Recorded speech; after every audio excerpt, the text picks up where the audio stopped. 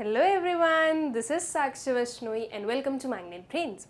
So students, अब हम क्या पढ़ने वाले हैं? अब हम पढ़ेंगे प्राइवेटाइजेशन के बारे में. इसके पहले वाले लेक्चर में हम लोगों ने लिबरलाइजेशन कंप्लीट किया था. आई होप सो कि आप लोगों को लिबरलाइजेशन का एक एक कंसेप्ट अच्छे समझ में आ गया होगा. एक थोड़ा सा रिवाइज कर लेते हैं उसे, ताकि आप लोगों की मेमोरी में वो अच्छे से फिट हो जाएगा. ओके, लिबरलाइजेशन का एक सिंपल सा मीनिंग हमने क्या समझा था? फ्रीडम. ठीक है, अब किस चीज से फ्रीडम?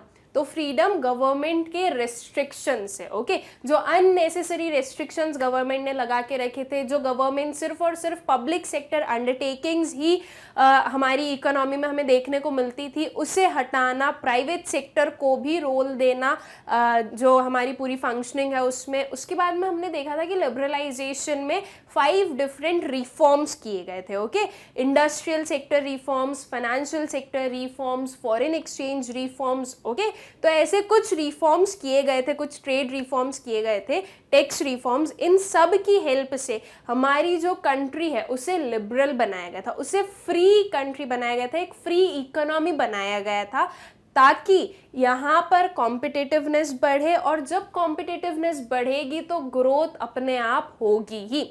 और सिर्फ कंट्री को एक क्लोज इकोनॉमी नहीं रखना चाहिए, उसे ओपन इकोनॉमी बनाओ, ताकि आपकी जो कंट्री है वो दूसरी कंट्रीज के साथ में भी ट्रेड कर सके. ओके, तो इसकी वजह से क्या होगा? आपकी कंट्री की ग्रोथ होगी. आपकी ही कंट्री में जो न्यू टेक्नोलॉजीज है, जो एडवांस टेक्नोलॉजीज है, वो आएंगे आपकी कंट्री में, एंड एफिशिएंट मैनेजमेंट भी होगा. ठीक है, तो ये एक शॉर्ट में मैंने आप लोगों को बताया कि हम लोगों ने लिबरलाइजेशन में क्या क्या पढ़ा था. आई होप सो कि वो चीज आप लोगों को अच्छे से क्लियर है. नाउ कम्स हमारा जो सेकेंड वाला रिफॉर्म था, प्राइवेटाइजेशन. ठीक है, अब प्राइवेटाइजेशन का मतलब हमें क्या पता है स्टूडेंट्स? प्राइवेट. ठीक है, ये इधर जो लास्ट वाला जो ये जो पूरा टर्म है उसको 2 पार्ट्स में डिवाइड कर दिया. एक साइड हमने कर दिया प्राइवेट, एक साइड हमने कर दिया सेशन. सो प्राइवेटाइजेशन का मतलब क्या होगा कि अब आप जो आपकी इकोनॉमी है उसे प्राइवेट हैंड्स में दे दीजिए. प्राइवेट हैंड्स में दे दीजिए, इसका मतलब क्या कि अब गवर्नमेंट सेक्टर का जो रोल है वो कम करो और प्राइवेट सेक्टर को आप आपकी इकोनॉमी की फंक्शनिंग में लेकर आओ. ओके, प्रायर टू 1991 क्या होता था कि जो बहुत ही रेयर केसेस में हमें प्राइवेट सेक्टर इंडस्ट्रीज देखने को मिलती थी, या प्राइवेट सेक्टर जो प्राइवेट सेक्टर है वो बहुत ही कम जगहों पर देखने को मिलता था. क्यों? Because of lots of restrictions. ठीक है, उसके बाद में जो गवर्नमेंट है वो ज्यादा अलाउ नहीं करती थी प्राइवेट सेक्टर को.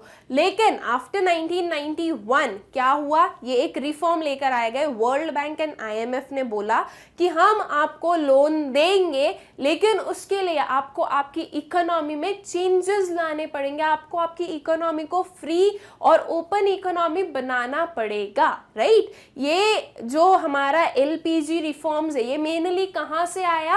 ये किसने सजेस्ट किया? ये तो that was world bank and IMF, international monetary fund. ठीक है, ये चीज मैं आप लोगों को ऑलरेडी पढ़ा चुकी हूं, तो आई होप सो कि आप लोगों को ये पता है. ये पूरी जो स्टोरी थी LPG रिफॉर्म्स के पीछे की वो आप लोगों को पता होगी. ठीक है, सो प्राइवेटाइजेशन लाने के फायदे क्या हुए?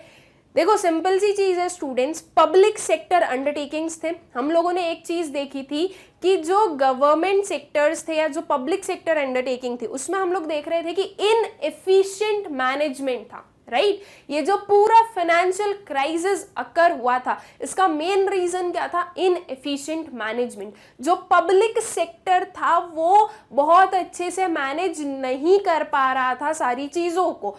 हाँ, ये चीज देखी गई कि इंडिपेंडेंस मिली, उसके बाद में 1990 तक कहीं ना कहीं ग्रोथ देखने को मिली, लेकिन वो ग्रोथ जो थी वो सिग्निफिकेंट नहीं थी. ओके, एग्रीकल्चर सेक्टर में बहुत ज्यादा large proportion of population employed थी. इंडस्ट्रियल एंड सर्विस सेक्टर बहुत कम थे. सर्विस सेक्टर तो एकदम नेग्लिजिबल था, एंड इंडस्ट्रियल सेक्टर जो था उसमें भी बहुत कम प्रोपोर्शन ऑफ पॉपुलेशन थी. जो एक्स्ट्रा लोग काम कर रहे थे एग्रीकल्चर सेक्टर में, उन्हें इंडस्ट्रियल सेक्टर और सर्विस सेक्टर एब्जॉर्ब नहीं कर सकती थी, इसलिए वो एक्स्ट्रा लोग वहीं काम करते रहे। तो ये जो स्ट्रक्चरल ट्रांसफॉर्मेशन नहीं किया गया उसकी वजह से काफ़ी प्रॉब्लम अराइज हुई, और ये गवर्नमेंट के एक्सपेंडिचर्स बहुत बढ़ गए, गवर्नमेंट के रेवेन्यूज बहुत कम हो गए, गवर्नमेंट के पास में फंड्स नहीं बचे कि अब वो उनकी जो फंक्शनिंग है वो कंटिन्यू रख सके। ओके, तभी वो लोग गए हेल्प मांगने के लिए, फाइनेंशियल हेल्प मांगने के लिए, और उन्हें ये सब कुछ सजेशंस मिले थे। तो हम लोगों ने देखा कि सबसे बड़ी प्रॉब्लम क्या कहाँ पर आई थी, मैनेजमेंट में।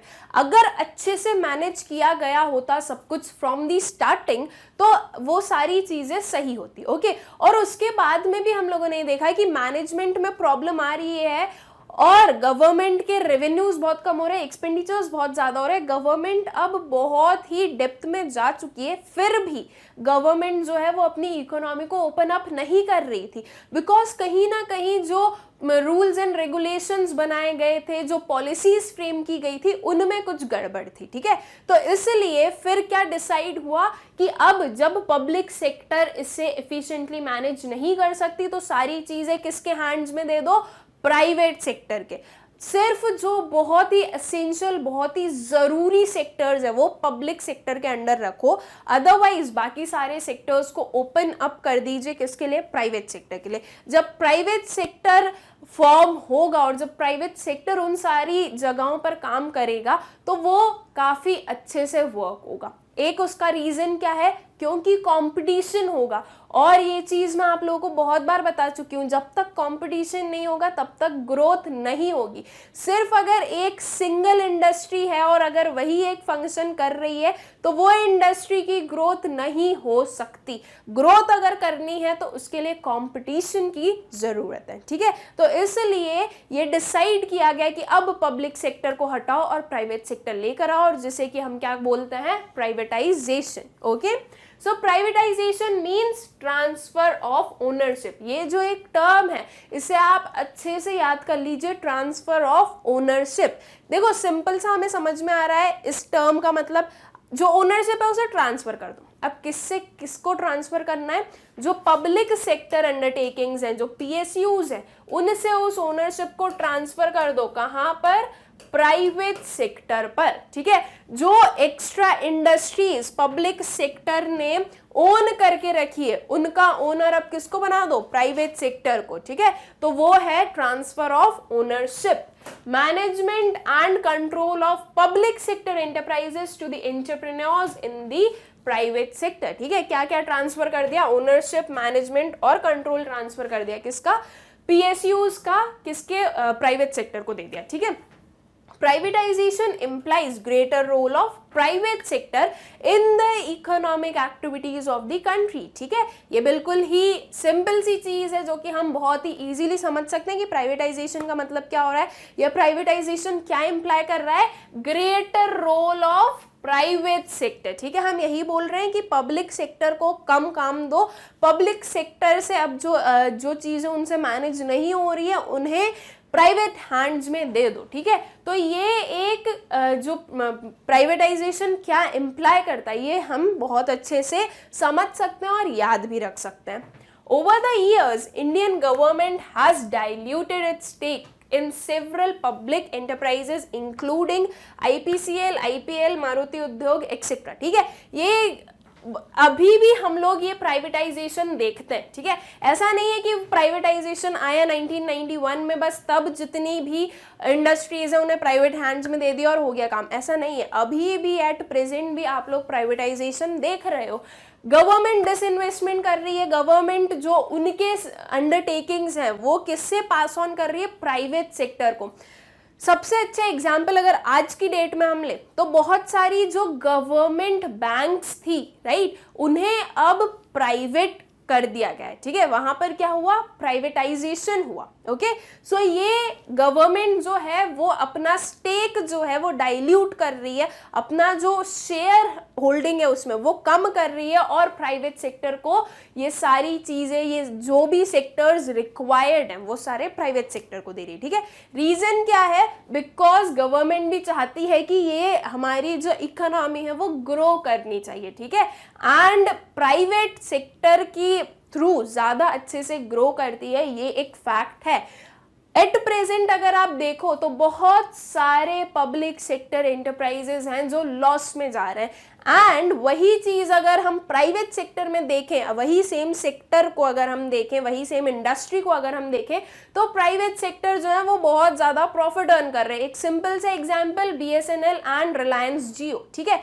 BSNL अब की जनरेशन पता नहीं उसे जानती भी है या नहीं, राइट। BSNL क्या है, एक पब्लिक सेक्टर एंटरप्राइज है, वो पूरा लॉस में जा रहा है। वही सेम काइंड ऑफ इंडस्ट्री जो है वो कौन सी आ गई, रिलायंस जियो, बहुत प्रॉफिट अर्न कर रही है, ठीक है। क्या हो गया यहाँ पे, प्राइवेट सेक्टर आ गया, because of different techniques, different management, different advance technologies लेकर आती है प्राइवेट सेक्टर, और उसी की वजह से वो ग्रो करती है, ठीक है। जो पब्लिक सेक्टर एंटरप्राइजेस होते हैं उनमें हम बहुत ज्यादा इन्वेंशंस नहीं देखते हैं। यही एक रीजन है कि प्राइवेट सेक्टर ज्यादा अच्छे से ग्रो कर सकता है, okay. Privatisation can be done in 2 ways। अब 2 ways हैं कि प्राइवेटाइजेशन कैसे किया जाए, ये दोनों वेज हम समझ लेते हैं। So transfer of ownership and management of public sector companies from the government to the private sector. अब ये तो सिंपल सा हो गया कि हमने जो है ट्रांसफर कर दी भाई अपनी ओनरशिप को, वो हो गया क्या हमारा जो प्राइवेटाइजेशन है वो हो गया, ठीक है। मतलब कि एक कोई पब्लिक ओन्ड इंडस्ट्री थी, उसे कहाँ शिफ्ट, उसे कौन सी सेक्टर को हैंड ओवर कर दिया गया, तो वो प्राइवेट सेक्टर को हैंड ओवर कर दिया गया, ठीक है। जैसे कि एक इंडस्ट्री है ए, ये एक पब्लिक सेक्टर एंटरप्राइज है, इसे पूरा का पूरा जो ओनरशिप है वो दे दी गई किसी एक बी को, जो कि एक प्राइवेट बंदा है, ओके। सो ये बी को कैसे दिया गया, उसके पूरे जो शेयर्स वगैरह थे सब सेल करके, ओके। उसकी जो पूरी ओनरशिप है, जो पेपर्स हैं वो चेंज करके कि अब ठीक है ये चीज आपकी हो गई। जैसे हम प्रॉपर्टी में डीलिंग करते हैं, ठीक है, एक प्रॉपर्टी किसी की होती है, वो सेल कर देता है, वो एक दूसरे पर्सन की प्रॉपर्टी बन जाती है। सेम वे में एक कोई इंडस्ट्री पब्लिक सेक्टर की थी, वो सेल कर दी, वो प्राइवेट सेक्टर की बन गई, ठीक है। तो एक तो एकदम सिंपल सा वे हो गया हमारा कि ट्रांसफर ऑफ ओनरशिप कर देना है। फिर उसके बाद में जो एक और हमारा काइंड ऑफ प्राइवेटाइजेशन करने के लिए जो एक और वे है हमारे पास में, वो क्या होता है स्टूडेंट्स, तो दैट इज डिसइन्वेस्टमेंट। डिसइन्वेस्टमेंट का मतलब क्या होता है, देखो इन्वेस्टमेंट करने का मतलब क्या हो गया कि एक कंपनी है ABC, ओके, एक कंपनी है ABC, मैंने उसमें इन्वेस्ट किया है। अगर मैं ये एक जनरल सी स्टेटमेंट आप लोगों को बोल रही हूँ, तो आप लोग इससे क्या इन्फर कर सकते हो कि मैंने उसमें इन्वेस्ट किया, इसका मतलब क्या कि मैंने उसके कुछ शेयर्स खरीदे होंगे या कुछ बॉन्ड्स वगैरह खरीदे होंगे, किसी भी काइंड ऑफ सिक्योरिटी को मैंने खरीदा है, राइट। तभी मैं बोल रही हूँ कि मैंने उसमें क्या किया, इन्वेस्ट किया। तो मैंने उस कंपनी के ABC कंपनी के शेयर्स खरीदे, तो मैं उसकी क्या बन गई, इन्वेस्टर। अब अगर मैं बोलूं कि मैंने वो शेयर्स वापस जो है वो बेच दिए, पहले खरीदे थे, अब मैंने वो शेयर्स क्या कर दिए, बेच दिए, तो अब मैं इसे क्या बोलूंगी, ये डिसइन्वेस्टमेंट है, राइट। कि मेरा जो इन्वेस्टमेंट ऑलरेडी किया गया था वो उसे अब मैं हटा रही हूं, ठीक है, तो वो क्या होगा, डिसइन्वेस्टमेंट होगा। सेम वे में जो गवर्नमेंट है वो भी डिसइन्वेस्टमेंट के थ्रू क्या कर सकती हैं, अपनी जो पब्लिक सेक्टर एंटरप्राइजेज है उन्हें प्राइवेट सेक्टर में कन्वर्ट कर सकती है, ठीक है। स्टूडेंट्स अगर एक कंपनी का हम कोई भी एग्जाम्पल ले लेते हैं, यही लेते हैं कि ABC एक कंपनी है, इसमें अगर 49% ऑफ शेयर्स जो है वो ओन कर रही है प्राइवेट सेक्टर और 51% ऑफ शेयर्स जो हैं वो ओन कर रही है पब्लिक सेक्टर, तो इस कंपनी को, इस ABC कंपनी को हम कौन से सेक्टर की कंपनी बोलेंगे, that would be public sector enterprise, because यहाँ पर मेजॉरिटी ऑफ शेयर्स किसके पास में है, पब्लिक सेक्टर के पास में है। तो जब गवर्नमेंट डिसइन्वेस्टमेंट करती है, तो डिसइन्वेस्टमेंट का मतलब हम ये समझ रहे हैं कि वो जो नंबर ऑफ शेयर्स हैं वो बेच देती हैं, ओके। जो ये 51% पब्लिक सेक्टर के पास में थे, उसने क्या किए, इन शेयर्स को सेल करना स्टार्ट कर दिया। अब प्राइवेट सेक्टर खरीदने लगा, और अगर ये हो गया कि प्राइवेट सेक्टर के पास में 51% ऑफ शेयर्स आ गए हैं, तो अब ये जो एबीसी कंपनी है ये एक प्राइवेट सेक्टर एंटरप्राइज हो जाएगी, ठीक है। अब वो पब्लिक सेक्टर एंटरप्राइज नहीं रहेगी। सो ये एक सेकेंड वे है जिसके थ्रू जो पब्लिक सेक्टर एंटरप्राइजेज है वो प्राइवेट सेक्टर में चेंज हो सकती है। जो शेयर्स होते हैं वो सेल करके, ओके, जैसे कि मान लो किसी कंपनी के 100% शेयर्स जो है वो एक किसी गवर्नमेंट के पास में, तो गवर्नमेंट इसे सेल करना स्टार्ट कर देगी। अगर गवर्नमेंट चाहती है कि उसका भी कंट्रोल रहे उस पर्टिकुलर इंडस्ट्री पर, तो गवर्नमेंट क्या करेगी, सिर्फ 51% ऑफ शेयर्स को सेल कर देगी, बाकी के 49 उनके पास है। तो वो अगर 49% ऑफ शेयर्स उनके पास में है, तो public sector that is government का भी से होता है उस पर्टिकुलर कंपनी में। जब भी डिसीजंस लिए जाएंगे, जब भी डिसीजन मेकिंग प्रोसेस होगी, तो गवर्नमेंट से भी पूछा जाएगा, गवर्नमेंट के डिसीजंस को भी ध्यान में रखा जाएगा।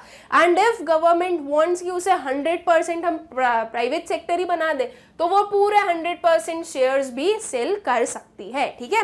सो आई होप कि आप लोगों को डिसइन्वेस्टमेंट का मतलब समझ में आ गया होगा। इन्वेस्ट करने का उल्टा क्या हो गया, डिसइन्वेस्टमेंट हो गया, ठीक है।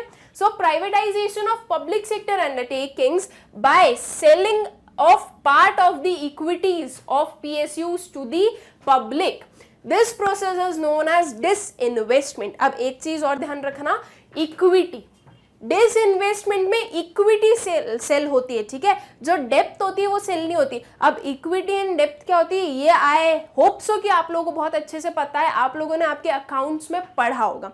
इक्विटी में आपके शेयर्स आते हैं, ओके, एंड डेप्थ में आपके डिबेंचर्स, बॉन्ड्स, वो ऐसी चीजें जो कि एक डेप्थ बढ़ाती है, ठीक है, जो एक कर्ज बढ़ाती है कंपनी के ऊपर, वो डेप्थ में आते हैं। इक्विटी में क्या है, शेयर्स आते हैं, ठीक है, मतलब कि आप उस कंपनी के ओनर हो। अगर मेरे पास में 1% ऑफ शेयर्स हैं किसी कंपनी के, तो मैं 1% ओनर हूं उस कंपनी की, ठीक है। सो डिसइन्वेस्टमेंट में इक्विटी सेल की जाती है, ओके। ये कभी मत लाना कि डिबेंचर्स या बॉन्ड्स या जो दूसरी और सिक्योरिटीज है वो सेल कर रहे हैं, नहीं, यहाँ पर शेयर्स सेल किए जाते हैं, ठीक है। सो आई होप कि ये जो दोनों पॉइंट्स हैं यहाँ आप लोगों को अच्छे से क्लियर हो गए होंगे कि प्राइवेटाइजेशन किन दो वे से किया जा सकता है, ओके। फिर arguments in favour of privatisation. अब भाई प्राइवेटाइजेशन हो, लिबरलाइजेशन हो या ग्लोबलाइजेशन हो, इन तीनों के कुछ पॉजिटिव इफेक्ट्स भी होंगे, कुछ नेगेटिव इफेक्ट्स भी होंगे, ठीक है। तो अब हमें देखना क्या होता है, हम ऐसा तो नहीं कर सकते कि हम प्राइवेटाइजेशन लेकर आ रहे हैं तो फिर हम क्या करें कि उसकी जितने भी नेगेटिव ट्रेड्स है सब इग्नोर कर दें, ऐसा नहीं कर सकते। हमें उसे नेगेटिव ट्रेड्स को भी ध्यान रखना जरूरी है। क्यों? ताकि हम उन नेगेटिव चीजों को अच्छे से स्टडी करके उन्हें किसी भी काइंड में हार्म ना पहुंचाने दें हमारी इकोनॉमी को। इसलिए वो नेगेटिव चीजें भी हमें अच्छे से एग्जामिन करने की बहुत जरूरत होती है, ठीक है। तो अभी तो हम देखते हैं पहले हम देखते हैं वो आर्ग्यूमेंट्स जो कि प्राइवेटाइजेशन के फेवर में है, ठीक है। मतलब कि प्राइवेटाइजेशन अच्छी चीज हुई, उस क्या क्या उसके बेनिफिट्स हुए, या प्राइवेटाइजेशन लाने से क्या क्या अच्छा हो सकता है, वो आर्ग्यूमेंट्स हम समझते हैं, ठीक है। सबसे पहला क्या है, reduction in budgetary deficit. Budgetary deficit का मतलब क्या हो गया स्टूडेंट्स, जो गवर्नमेंट के एक्सपेंसेस हैं वो किससे ज्यादा है, गवर्नमेंट के रेवेन्यू से, तो इससे हम बोलते हैं बजटरी डेफिसिट, ओके। बजट हम लोगों ने पढ़ा है अपने मैक्रो इकोनॉमिक्स में, government budget and the economy एक चैप्टर था उसमें, वो हम लोगों ने पढ़ा है। सो आई होप कि आप लोगों को बजटरी डेफिसिट का मतलब भी पता है। सो बजटरी डेफिसिट बताता क्या है कि जो गवर्नमेंट के एक्सपेंडिचर है वो किससे ज्यादा हो गए, रेवेन्यू से ज्यादा हो गए। अब जो फाइनेंशियल क्राइसिस अकर हुआ था उसका रीजन क्या था, उसका रीजन यही था ना कि जो एक्सपेंडिचर्स थे वो बहुत ही ज्यादा इंक्रीज हो रहे थे और जो रेवेन्यू थे वो बिल्कुल भी नहीं हो रहे थे या बहुत कम रेट से इंक्रीज हो रहे थे। ये जो गैप था बिटवीन एक्सपेंडिचर एंड रेवेन्यू ये बहुत ज्यादा वाइड होता जा रहा था, ओके। अब गवर्नमेंट के पास में इतना सफिशिएंट रेवेन्यू नहीं बच रहा था कि वो इतने एक्सपेंडिचर्स इनकर कर सके, ठीक है। तो इसीलिए जो फाइनेंशियल क्राइसिस है वो है, ठीक है। अब ये जो प्राइवेटाइजेशन लेकर आए, ओके, प्राइवेटाइजेशन समझ लो, लिबरलाइजेशन समझ लो या ग्लोबलाइजेशन समझ लो, उसका मेन मोटिव क्या था कि ये जो आपकी इकोनॉमी इतनी अनस्टेबल चल रही है उसको स्टेबल कीजिए, राइट।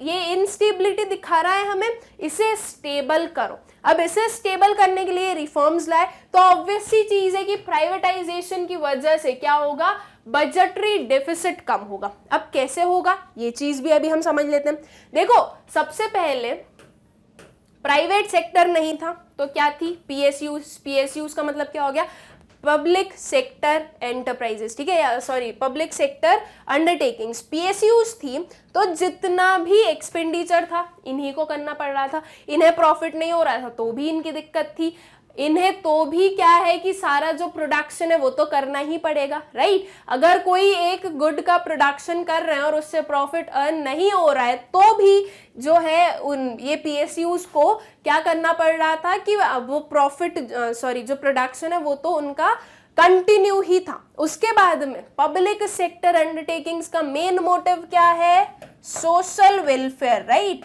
ये प्रॉफिट मोटिव से काम करते ही नहीं थे, ये सोशल वेलफेयर मोटिव से काम करते थे। तो सोशल वेलफेयर कर रहे हैं तो वो अपने प्रोडक्ट्स के बहुत ज्यादा हाई प्राइसेस भी नहीं रख सकते थे, ठीक है। अब उसके बाद में उन्हें ये समझ में आ रहा था कि उनके जो रेवेन्यू है वो तो हो गए कम और उनके जो एक्सपेंडिचर है वो होते जा रहे हैं ज्यादा। अब अगर यही चीज क्या किया गया, प्राइवेट सेक्टर को दिया गया, ठीक है। अब ये जो पब्लिक सेक्टर अंडरटेकिंग्स थी ये हमने प्राइवेट सेक्टर में कन्वर्ट कर दी। हमने दो वेज पढ़े स्टूडेंट्स अभी, क्या किस वे में ये जो पब्लिक सेक्टर है उसे प्राइवेट हम कर सकते हैं। एक तो हो गया डिसइन्वेस्टमेंट और दूसरा हो गया transfer of ownership. Transfer of ownership में क्या कि ये पूरी की पूरी जो आपकी यूनिट है वो आपने सेल कर दी, ठीक। अब एक सिंपल सी चीज, अगर डिसइन्वेस्टमेंट कर रही है गवर्नमेंट, ओके, मतलब कि क्या उनके जो शेयर्स हैं वो सेल कर रही है, तो क्या वो फ्री में सेल कर रही है, नहीं।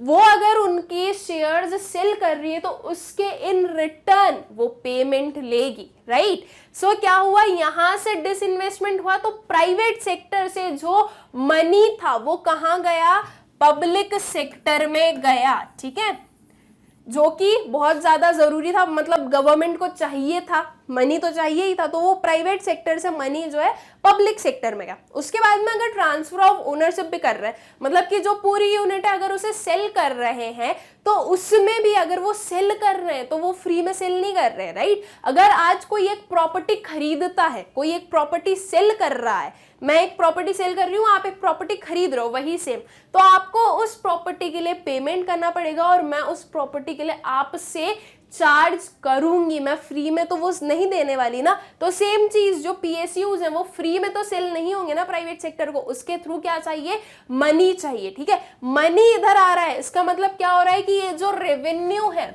वो इंक्रीज हो रहा है, ठीक है। मनी के आने से क्या हुआ, रेवेन्यू इंक्रीज हो रहा है। अब उसी के साथ साथ में देखो स्टूडेंट्स, ये पीएसयूज को मैनेज करने के लिए भी तो मनी चाहिए था, राइट। फ्री में तो ये पीएसयूज को मैनेज नहीं कर सकते, उनको मैनेज करो, उनके स्टाफ को सैलरी दो, जो रॉ मटेरियल्स हैं वो खरीदो, हर एक चीज के लिए अगर एक कोई भी फंक्शनिंग चल रही है तो उसके लिए क्या चाहिए, मनी चाहिए। अब ये पीएसयूज तो हमने कर दिए सेल, ठीक है। तो इसका मतलब क्या हुआ, अब जो हमारा यहाँ पर जो फंक्शनिंग के लिए जितना भी अमाउंट चाहिए था अब उसकी जरूरत नहीं है। तो यहां से हम बोल सकते हैं कि जो एक्सपेंडिचर थे वो पहले अगर इतने थे तो थोड़े बहुत एक्सपेंडिचर्स भी कम हो गए। सही हो रहा है ना। अब थोड़ा सिस्टम हमारा जो ये एक्सपेंडिचर रेवेन्यू का जो इनस्टेबिलिटी थी वो कहीं ना कहीं थोड़ी बहुत तो ठीक हो रही है। यहाँ से एक्सपेंडिचर कम होते हुए दिख रहे हैं और वहां पर हमें रेवेन्यू इंक्रीज होता हुआ दिख रहा है। तो इसकी वजह से क्या हो रहा है, ये जो बजटरी डेफिसिट है ये रिड्यूस हो रहा है, राइट। इनके बीच का जो डिफरेंस है वो रिड्यूस हो रहा है, ठीक है। तो ये एक एक बेनिफिट था, राइट, किसका, प्राइवेटाइजेशन का। सो आई होप कि ये जो फर्स्ट वाला पॉइंट है ये आप लोगों को अच्छे से क्लियर हो गया होगा कि बजटरी डेफिसिट में रिडक्शन कैसे आएगा। फिर जो सेकेंड पॉइंट आया हमारा क्या है, कॉम्पिटिटिव एनवायरमेंट। ये एक कॉम्पिटिटिव एनवायरनमेंट, कंपटीशन, ये तो मैंने आप लोगों को बोला है इस चैप्टर के स्टार्टिंग से ही कि बहुत अच्छे से इस वर्ड को अपने माइंड में फिट कर लीजिए आप लोग। कहीं पर भी जहां पर आपको लगे इसे यूज करो ये। और एक सबसे अच्छी चीज कि ये ऑलमोस्ट सारी जगहों पर, इस चैप्टर के तो सारी जगहों पर यूज हो ही जाएगा। कॉम्पिटिटिव एनवायरनमेंट क्रिएट करना था तो ये भी प्राइवेटाइजेशन की हेल्प से हुआ, बिल्कुल हुआ। देखो पहले क्या था, जब तक प्राइवेट सेक्टर नहीं था तब तक मोनोपोली थी, राइट। मोनोपोली का आई होप सो कि आप सभी को मीनिंग अच्छे से पता है। ये सारी चीजें हम अपनी प्रीवियस बुक्स में पढ़ चुके हैं, राइट। फॉर्म्स ऑफ मार्केट के अंदर हम लोगों ने मोनोपोली, मोनोपोलिस्टिक, ओलिगोपोली, ये सब कुछ पढ़ा है। जब तक प्राइवेट सेक्टर नहीं था, ठीक है, तब तक क्या थी, मोनोपोली थी। किसकी मोनोपोली थी, गवर्नमेंट की मोनोपोली थी, राइट, बिकॉज सारे पब्लिक सेक्टर अंडरटेकिंग्स थे तो उनकी मोनोपोली चल रही थी।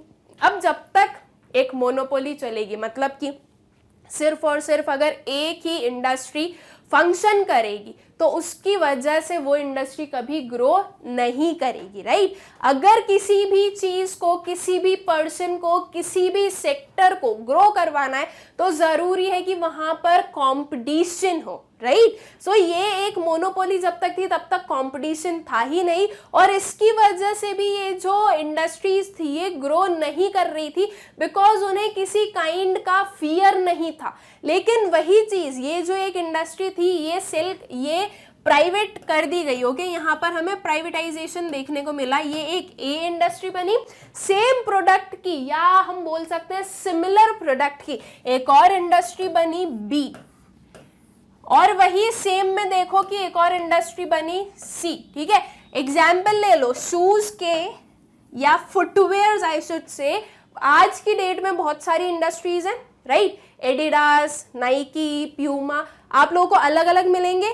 सब में क्या चल रहा है स्टूडेंट्स, सब में चल रहा है कंपटीशन, राइट। सब लोग एक दूसरे से कॉम्पीट कर रहे हैं और ये सोच रहे हैं कि हमें ज्यादा अच्छा प्रोडक्ट जो है वो बनाना है। तो ज्यादा अच्छा प्रोडक्ट बनाने के लिए क्या चाहिए, ज्यादा अच्छी टेक्नोलॉजी, ज्यादा अच्छा मैनेजमेंट वगैरह सब कुछ, ज्यादा अच्छी फंक्शनिंग, ज्यादा अच्छा माइंडसेट डिपेंड करता है। जितना ज्यादा इनोवेटिव आप रहोगे उतना ज्यादा अच्छा आपका प्रोडक्ट बन सकता है, ठीक है। रिसर्च एंड डेवलपमेंट, लोगों को क्या चाहिए वो बनाया जाएगा, लोग सेटिस्फाई हो रहे हैं या नहीं हो रहे ये चेक किया जाएगा।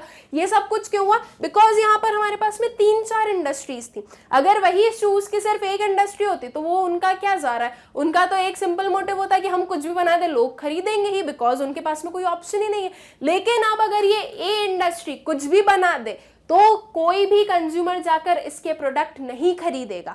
क्यों, बिकॉज उसके पास में ऑप्शंस हैं दूसरे जो कि अच्छे अच्छे प्रोडक्ट दे रहे हैं। तो ये क्योंकि ये ए नहीं चाहता कि उसके कंज्यूमर्स बी या सी के पास जाएं, तो ए क्या करेगा, उसके प्रोडक्ट्स में इंप्रूवमेंट लाएगा।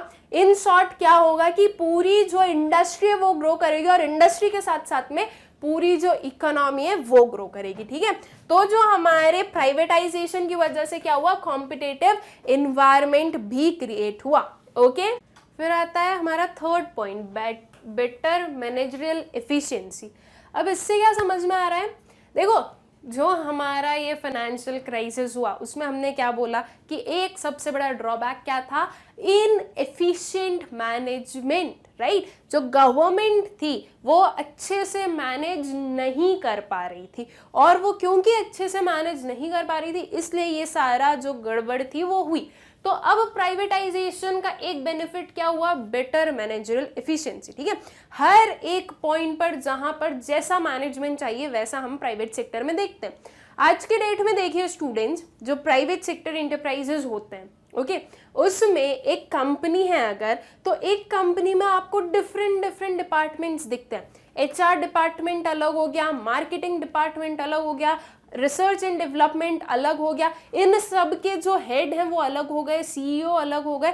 तो यहाँ पर देखिए हर एक चीज को सिस्टमैटिकली डिवाइड कर दिया गया ताकि कहीं पर भी कुछ भी गड़बड़ ना हो, ठीक है। और अगर एक कोई से भी डिपार्टमेंट में कुछ प्रॉब्लम आ रही है तो उसकी वजह से दूसरे जो डिपार्टमेंट्स हैं उनमें कोई प्रॉब्लम ना आए, ठीक है। तो इस सब चीज को बहुत ही इफेक्टिवली एफिशिएंटली मैनेज करना कौन लेकर आया? प्राइवेटाइजेशन।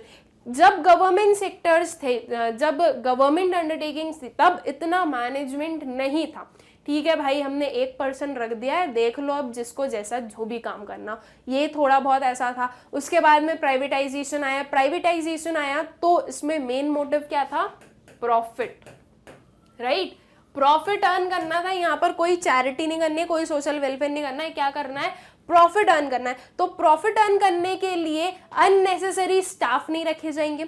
उसके बाद में आउटडेटेड टेक्नोलॉजीज यूज नहीं करेंगे, क्योंकि आउटडेटेड टेक्नोलॉजीज के कंपैरिजन में आपको जो एडवांस्ड और न्यू और अच्छी टेक्नोलॉजीज है वो ज़्यादा प्रॉफिटेबल होगी। उसके बाद में वेस्टेज नहीं होगा किसी भी काइंड ऑफ रिसोर्स का, बिकॉज अगर वेस्टेज होगा तो वो कहीं ना कहीं एक्सपेंस में ऐड ऑन करेगा, और वो एक्सपेंस किसका होगा? वो एक्सपेंस अल्टीमेटली उस कंपनी का होगा, ठीक है, जो उस कंपनी के ओनर्स है। तो वेस्टेज नहीं किया जाएगा रिसोर्सेज का, हर एक चीज को एफिशिएंटली यूटिलाइज किया जाएगा, राइट। ये हम इस प्रॉफिट मोटिव से बता सकते हैं। प्रॉफिट तो तभी अर्न होगा ना जब सब कुछ अच्छे से प्रॉपर एक सिस्टमैटिक वे में हो, एक एप्रोप्रिएट स्टाइल है, जो एक एप्रोप्रिएट वे है, उसमें सारा काम जब होगा तो वो प्रॉफिट अर्न करने में हेल्प करेगा, ठीक है। तो ये भी इस पर्टिकुलर मोटिव को आप मिक्स करके या इस पर्टिकुलर मोटिव के हेल्प से आप इसके अंदर जो है अपना कंटेंट बना सकते हैं एंड लिख सकते हैं, ठीक है। सो ये भी एक क्या हो गया? हमारा बेनिफिट हो गया। फिर उसके बाद में आ गया क्विक डिसीजन मेकिंग। जैसे कि अभी मैंने आप लोगों को बताया कि एक जो आपकी कंपनी है उसमें डिफरेंट डिपार्टमेंट्स हैं, राइट। यहाँ पर हमारा आ गया R&D department, that is research and development. फिर आ गया हमारा ह्यूमन रिसोर्स डिपार्टमेंट, ठीक है, HR डिपार्टमेंट आ गया। फिर आ गया हमारा एक मार्केटिंग वाला डिपार्टमेंट, ओके। मैन्युफैक्चरिंग डिपार्टमेंट अलग हो गया, ठीक है। तो ये कुछ हमने बोला कि ये अलग अलग हमारे डिपार्टमेंट हो गए। अब इसमें आप समझ लो कि कुछ पैकेजिंग वाला अलग हो गया, ठीक। तो अब अगर कोई भी एक प्रॉब्लम आई, मान लो कि रिसर्च एंड डेवलपमेंट वाले ने बोला कि हमने अभी अभी रिसर्च किया है, ओके, कि अभी एक कोई न्यू ट्रेंड आया है, ठीक है, कोई न्यू ट्रेंड आया है, हमारे जो प्रोडक्ट्स हैं वो उसके अकॉर्डिंग नहीं बन रहे हैं। तो अब हमें क्या करना है कि उस प्रोडक्ट में थोड़े चेंजेस लाने पड़ेंगे। तो ये जो एक पर्टिकुलर एक डिसीजन आया कि अब हमें चेंजेस लाने अपने प्रोडक्ट में, ठीक है। तो क्या ये जो प्रोडक्ट में चेंजेस लाने उससे HR डिपार्टमेंट को कुछ करना है? नहीं। HR डिपार्टमेंट का काम क्या है? रिक्रूटिंग, स्टाफिंग, ये वाला, ठीक है। उसके बाद में मार्केटिंग डिपार्टमेंट को कुछ काम करना है। तो देखो, हाँ, न्यू ट्रेंड आया है, कोई हम अपने प्रोडक्ट्स में चेंजेस लाएंगे, तो अब मार्केटिंग वाले का काम क्या हो गया कि वो जो उनके न्यू प्रोडक्ट्स हैं उनकी मार्केटिंग स्टार्ट करे, ठीक है, एडवर्टीजमेंट्स वगैरह स्टार्ट करे कि अब जो हमारे प्रोडक्ट्स हैं उसमें आपको ये न्यू फीचर मिलेगा। ये किसका काम हो गया? मार्केटिंग वाले का। ये जो ट्रेंड आया है उसके अकॉर्डिंग क्या करना है कि अब मैन्युफैक्चरिंग में चेंजेस करना है। तो ये मैन्युफैक्चरिंग वाला क्या करेगा? जो भी चेंजेस करने हैं प्रोडक्ट में वो किए जाएंगे, ठीक है। और पैकेजिंग में भी अगर कोई चेंजेस करने तो वो किए जाएंगे। अब देखो, इस एक प्रॉब्लम के लिए या इस एक जो एक न्यू चीज हमें पता चली थी बाय रिसर्च एंड डेवलपमेंट, तो सिस्टमैटिकली क्या हुआ? हर एक चेंजेस हुए। ऐसा नहीं हुआ कि जब तक ये प्रोडक्ट बनेगा नहीं तब तक मार्केटिंग वाला चालू नहीं करेगा अपनी एडवर्टाइजमेंट करना। भाई, हमने सोचा कि ये चेंजेस लाने हैं, एक प्रोडक्ट हमने बना दिया, एक यूनिट ऑफ प्रोडक्ट बना दिया, एंड उसकी हेल्प से अगर कोई भी एडवर्टीजमेंट वगैरह करना है तो वो कर दिया। अभी बल्क ऑर्डर बनने में तो टाइम लगेगा, ठीक है, लेकिन हम उसकी एडवर्टीजमेंट वगैरह स्टार्ट कर सकते हैं। तो यहाँ पर हर एक डिपार्टमेंट जो है वो अपने अपने लेवल के अकॉर्डिंग, अपने अपने जो उनकी ज़रूरत है उसके अकॉर्डिंग चेंजेस कर रहे हैं, उसके अकॉर्डिंग डिसीजंस ले रहे हैं। ऐसा नहीं हो रहा है कि बहुत लंबी कोई प्रोसेस हो रही है कि पहले ये हमने ऊपर से पूछा, ठीक है, मतलब सीईओ वगैरह से पूछा, जो हमारे मैनेजरियल पोस्ट पर जो लोग बैठे हैं उनसे पूछा, बिल्कुल उनसे तो पूछा गया है, सब कुछ उन्हीं के अंडर हो रहा है, लेकिन ऐसा नहीं कि अब वहां पर अभी गई है सबसे ये टॉप मैनेजमेंट में बात गई है, उसके बाद में यहाँ से अप्रूव होके वो धीरे धीरे कहाँ आई, मिडिल मैनेजमेंट में आई, डिफरेंट सबको बताया, फिर उसके बाद में वो और नीचे गई। मतलब ये बहुत ज्यादा एक लॉन्ग प्रोसेस की जरूरत नहीं है। क्यों? बिकॉज यहाँ पर मैनेजमेंट बहुत अच्छा है, और जब मैनेजमेंट अच्छा है तो ये जो सारी चीजें हैं वो बहुत ही जल्दी कम्युनिकेट की जा सकती है। ठीक है, हमें ऐसा नहीं है कि पूरी कंपनी के जितने भी वर्कर्स हैं सबको एक साथ में बुलाना पड़ेगा और एक साथ में बुलाकर सबको अपना अपना अलग अलग काम समझाना पड़ेगा, ऐसा नहीं है। ये जो डिफरेंट डिपार्टमेंट्स है, इन डिपार्टमेंट्स के जो हेड है उन्हें काम समझा दीजिए, फिर अपने अपने डिपार्टमेंट्स के अकॉर्डिंग और उनकी वर्किंग के अकॉर्डिंग ये सारे जो हेड्स है वो जो वर्क है वो डिस्ट्रीब्यूट कर देंगे। ठीक है, बहुत जल्दी हो गया काम, राइट? डिसीजन जो था वो जल्दी ले सकते हैं। ओके, तो ये भी प्राइवेटाइजेशन में हमने सीखा या समझा कि क्विक डिसीजन मेकिंग आया गया था। अगर यही चीज एक पब्लिक सेक्टर अंडरटेकिंग में होती तो बहुत टाइम लगाती। आज की डेट में देख लो, आप किसी गवर्नमेंट ऑफिस में जाओ या आपको कोई एक गवर्नमेंट का मतलब गवर्नमेंट से रिलेटेड कोई काम करवाना होता है तो एक तो बहुत ज़्यादा वो हेडेक लगता है कि अभी तो हमें पता नहीं गवर्नमेंट काम है भाई, सरकारी काम है, पता नहीं कितने चक्कर लगवाएंगे ये, राइट? ये एक नॉर्मल सी थ्योरी है हमारे माइंड में कि ये सरकारी काम है तो टाइम तो लगना ही है, तो वो एक्चुअल में टाइम लगता ही है। और वही चीज़ हम बोलते हैं कि अगर ये प्राइवेट का होता तो अभी हो जाता। एक सिंपल से एग्जाम्पल बैंक का ले लो, ठीक है, बैंक का ले लो, एक साइड लो आप एक गवर्नमेंट बैंक और एक साइड लो आप एक प्राइवेट बैंक। अगर आपको बैंक में कोई काम है तो जब प्राइवेट बैंक में आपका काम जल्दी होगा as compare to government banks, right? Simple सा यहीं पर ही समझ में आ गया क्विक डिसीजन मेकिंग का हमें, कि पब्लिक सेक्टर में डिसीजन इतनी जल्दी नहीं लिए जा सकते जितनी जल्दी प्राइवेट सेक्टर एंटरप्राइजेस में लिए जा सकते हैं। और एक क्विक डिसीजन जो है वो अच्छी चीज है। हम सब भी तो वही चाहते हैं कि भाई जल्दी जल्दी काम हो हमारा, हम भी वेट नहीं करना चाहते, तो वो भी एक क्या हुआ, एक बेनिफिट हुआ प्राइवेटाइजेशन का। फिर आता है प्रमोट्स कंज्यूमर्स सोवरेनिटी। ठीक है, ये जो है स्टूडेंट्स ये कंज्यूमर्स आएगा, that would be apostrophe S, तो कंज्यूमर्स सोवरेनिटी। सोवरेनिटी का मतलब क्या होता है? एक सुप्रीम पावर, ठीक है, एक सुप्रीम पावर या सुप्रीम अथॉरिटी या एक कोई सुप्रीम पावर है जो हमें कंट्रोल कर रही है। ठीक है, वो क्या हो जाता है हमारा सोवरेनिटी का मतलब। नाउ हम यहां पर क्या बोल रहे हैं ये समझो, प्रमोट कंज्यूमर्स सोवरेनिटी, मतलब कि जो कंज्यूमर की पावर है हम उसे प्रमोट कर रहे हैं। कुछ समझ में आया आप लोगों को? देखो बहुत ही इजी चीज है। एक चीज हमें पता है स्टूडेंट्स, या आप लोगों ने आपके शायद बिजनेस स्टडीज में पढ़ी भी होगी कि कंज्यूमर जो होता है वो किंग होता है। कंज्यूमर के अकॉर्डिंग जो है गुड्स एंड सर्विसेज का प्रोडक्शन किया जाता है, राइट? मेरी जो नीड्स होगी, मैं जिस पर्टिकुलर प्रोडक्ट से सेटिस्फाई होंगी, एक कंपनी क्या सोचेगी कि वो उसी का प्रोडक्शन करे, राइट? ये जो रिसर्च एंड डेवलपमेंट करती हैं सारी कंपनीज, वो किस लिए करती है?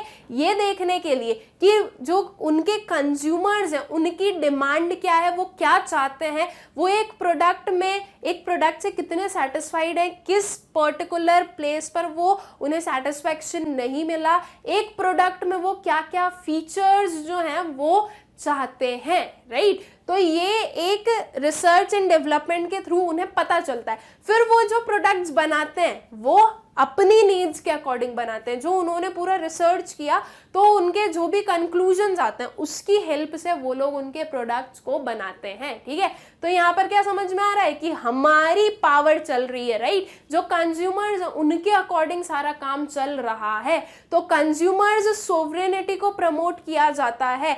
प्राइवेट सेक्टर जो होता है वो देखता है कि वो चीज बनाओ जो कंज्यूमर्स को चाहिए, वो नहीं जो हमारा मन है, जो कंज्यूमर्स को चाहिए वो बनाया जाए। पब्लिक सेक्टर में क्या हो रहा था, पब्लिक सेक्टर में कोई कंपटीशन नहीं था, मोनोपोली थी, जो उनने प्रोडक्ट बना दिया वही लोगों को खरीदना पड़ेगा, और ना ही पब्लिक सेक्टर इतना स्पेंड कर रही थी उनके रिसर्च डेवलपमेंट रिसर्च पर कि वो ये सारी चीजें पता चले उन्हें कि क्या चाहिए और क्या नहीं चाहिए, राइट। लेकिन अब प्राइवेट सेक्टर पर जब आया तो क्या हुआ, कॉम्पिटिटिव एनवायरनमेंट बना। अगर एक कंपनी ए एक कंज्यूमर को सेटिस्फाई नहीं कर पा रही है, कंज्यूमर के सेटिस्फैक्शन के अकॉर्डिंग या उसके प्रेफरेंस के अकॉर्डिंग गुड्स का प्रोडक्शन नहीं कर रही है, तो इनका जो कंज्यूमर है वो कोई इनके ही प्रोडक्ट के लिए नहीं बैठा रहेगा। ये जो कंज्यूमर है ये किसी दूसरी कंपनी में चला जाएगा, ठीक है, दूसरी कंपनी के प्रोडक्ट्स को कंज्यूम करने लगेगा, बिकॉज उसे यहाँ पर ज्यादा सेटिस्फेक्शन मिल रहा है। तो इसकी वजह से क्या हुआ, ये जो ए है ये लॉस में जाने लगेगा, इसे लॉस इनकर करना पड़ेगा, या इसके जो कंज्यूमर्स है वो अगर दूसरी कंपनी के पास में जाएंगे तो इसकी जो वैल्यू है वो खत्म हो रही है, राइट। तो इसीलिए ये कंपटीशन के कारण क्या हो रहा है कि कंज्यूमर्स सोवरेनिटी को प्रमोट किया जा रहा है, या कंज्यूमर की जो पावर है उसे सबसे ज्यादा सुप्रीम रखा जा रहा है, कंज्यूमर की जो डिमांड है उसके अकॉर्डिंग सारा काम किया जा रहा है, ठीक है। तो इसकी वजह से क्या हुआ, देखो सारे कंज्यूमर्स भी खुश, मतलब कि जितने कंट्री मेंबर्स हैं वो खुश कि उन्हें जो डिजायर्ड प्रोडक्ट चाहिए वो मिल रहा है। अब उन्हें बहुत ज्यादा फॉरेन सेक्टर पर डिपेंडेंट रहने की भी जरूरत नहीं होगी ना, बिकॉज उन्हें उनका डिजायर्ड प्रोडक्ट यहीं पर ही मिल रहा है। एंड इवन जो रेट्स हैं वो भी कंपटीशन के कारण क्या होंगे कि हर एक कंपनी क्या सोचेगी कि उनका जितना ज्यादा चीप बन सके ले ले, बिकॉज हर एक कंज्यूमर यही चाहेगा कि उससे अगर कोई दो प्रोडक्ट्स हैं उसके सामने सेम क्वालिटी के सेम फीचर्स के, तो जो चीप होगा वो उसी के पास में जाएगा, राइट। ये एक ह्यूमन टेंडेंसी है, तो इसमें हम कुछ नहीं कर सकते। तो इसीलिए ये जो कंज्यूमर सोवरेनिटी को भी प्रमोट किया जाता है by privatisation. Profit oriented decisions, बहुत ही सिंपल सा है इसका ये बेनिफिट या आर्ग्यूमेंट्स इन फेवर हम बोल सकते हैं कि प्रॉफिट ओरिएंटेड डिसीजंस लिए जाते हैं। अब ऑब्वियस सी चीज है, हमें पता है कि प्राइवेट सेक्टर का मेन मोटिव क्या है, प्रॉफिट अर्न करना, राइट। यहाँ पर सोशल वेलफेयर नहीं करना हमें, यहाँ पर हमें क्या करना है, प्रॉफिट अर्न करना है। तो प्रॉफिट अर्न करने के लिए हर एक पॉसिबल वे देखा जाएगा जिसमें कि हर एक रिसोर्स एफिशिएंटली यूटिलाइज हो, जिससे कि हर एक कंज्यूमर जो है वो ज्यादा सेटिस्फाई हो, हर एक जो इंडस्ट्री है वो क्या सोचेगी कि उसके ब्रांड वैल्यू को इंक्रीज करे, राइट। तो प्रॉफिट ओरिएंटेड डिसीजंस लिए जाएंगे। सो प्रॉफिट ओरिएंटेड डिसीजंस जो है वो हेल्प करेगा एक इंडस्ट्री को ग्रो करने में, ठीक। Then increase in investment and employment decisions, investment में भी इंक्रीज होगा और एम्प्लॉयमेंट डिसीजंस में भी इंक्रीज होगा। देखो इन्वेस्टमेंट में प्राइवेटाइजेशन के कारण इन्वेस्टमेंट में इंक्रीज कैसे हुआ। स्टूडेंट्स, अगर आज मुझे किसी भी एक कंपनी के शेयर्स खरीदने हैं, ठीक है, तो मैं क्या चीज चेक करूंगी, कंपनी की फंक्शनिंग, कंपनी की प्रॉफिटेबिलिटी, कंपनी की वैल्यू, ओके, और देखूंगी कि क्या वो कंपनी फ्यूचर में सक्सेस मिलेगा उसे, फ्यूचर में वो ग्रो करेगी या नहीं करेगी। मैं ऐसे ही आंख बंद करके किसी भी कंपनी का शेयर परचेज नहीं करूंगी। अगर मैं शेयर परचेज कर रही हूं किसी भी एक कंपनी का, तो मेरा मोटिव क्या होगा या मैं क्या चाहूंगी कि इन फ्यूचर मुझे वो शेयर से प्रॉफिट अर्न होना चाहिए, राइट। तो ऑब्वियस सी चीज है कि मैं एक कंपनी के बारे में सब कुछ अच्छे से स्टडी करने के बाद में उसके फ्यूचर प्लान्स, उसके जो पास्ट में रह चुके ट्रेंड्स हैं, वो सारी चीज़ों को अच्छे से स्टडी करने के बाद में ही मैं किसी भी एक कंपनी में इन्वेस्ट करूंगी। तो अब सिंपल सी चीज़ है, जब सिर्फ और सिर्फ पब्लिक सेक्टर अंडरटेकिंग्स होते हैं, ठीक है, मतलब कि अगर प्राइवेट सेक्टर अंडरटेकिंग्स होते ही नहीं, सिर्फ और सिर्फ पब्लिक सेक्टर अंडरटेकिंग्स होते, तो मुझे पता है कि यहाँ पर तो मोनोपोली चल रही है, बिकॉज यहाँ पर कोई कंपटीशन है नहीं, तो ये कंपनी जो है वो ग्रो बहुत ही मुश्किल से करेगी, और करेगी भी तो बहुत ज़्यादा नहीं करने वाली, ठीक है। प्रॉफिट तो वो अर्न कर ही नहीं रही है क्योंकि सोशल वेलफेयर के मोटिव से काम करती है। तो मैं अगर वहाँ पे पैसे लगा रही हूँ अपने, तो वो जो मेरे पैसे मैंने लगाए उससे मुझे एडिक्वेट रिटर्न नहीं मिलेगा। तो मेरा डिसीजन क्या होगा कि मैं वो जो मेरा अमाउंट है, वो जो मनी है, वो मैं अपने पॉकेट में ही रख लूँ, मुझे नहीं करना इन्वेस्ट। इन्वेस्ट, राइट, बिकॉज मुझे रिटर्न्स नहीं मिलेंगे उससे।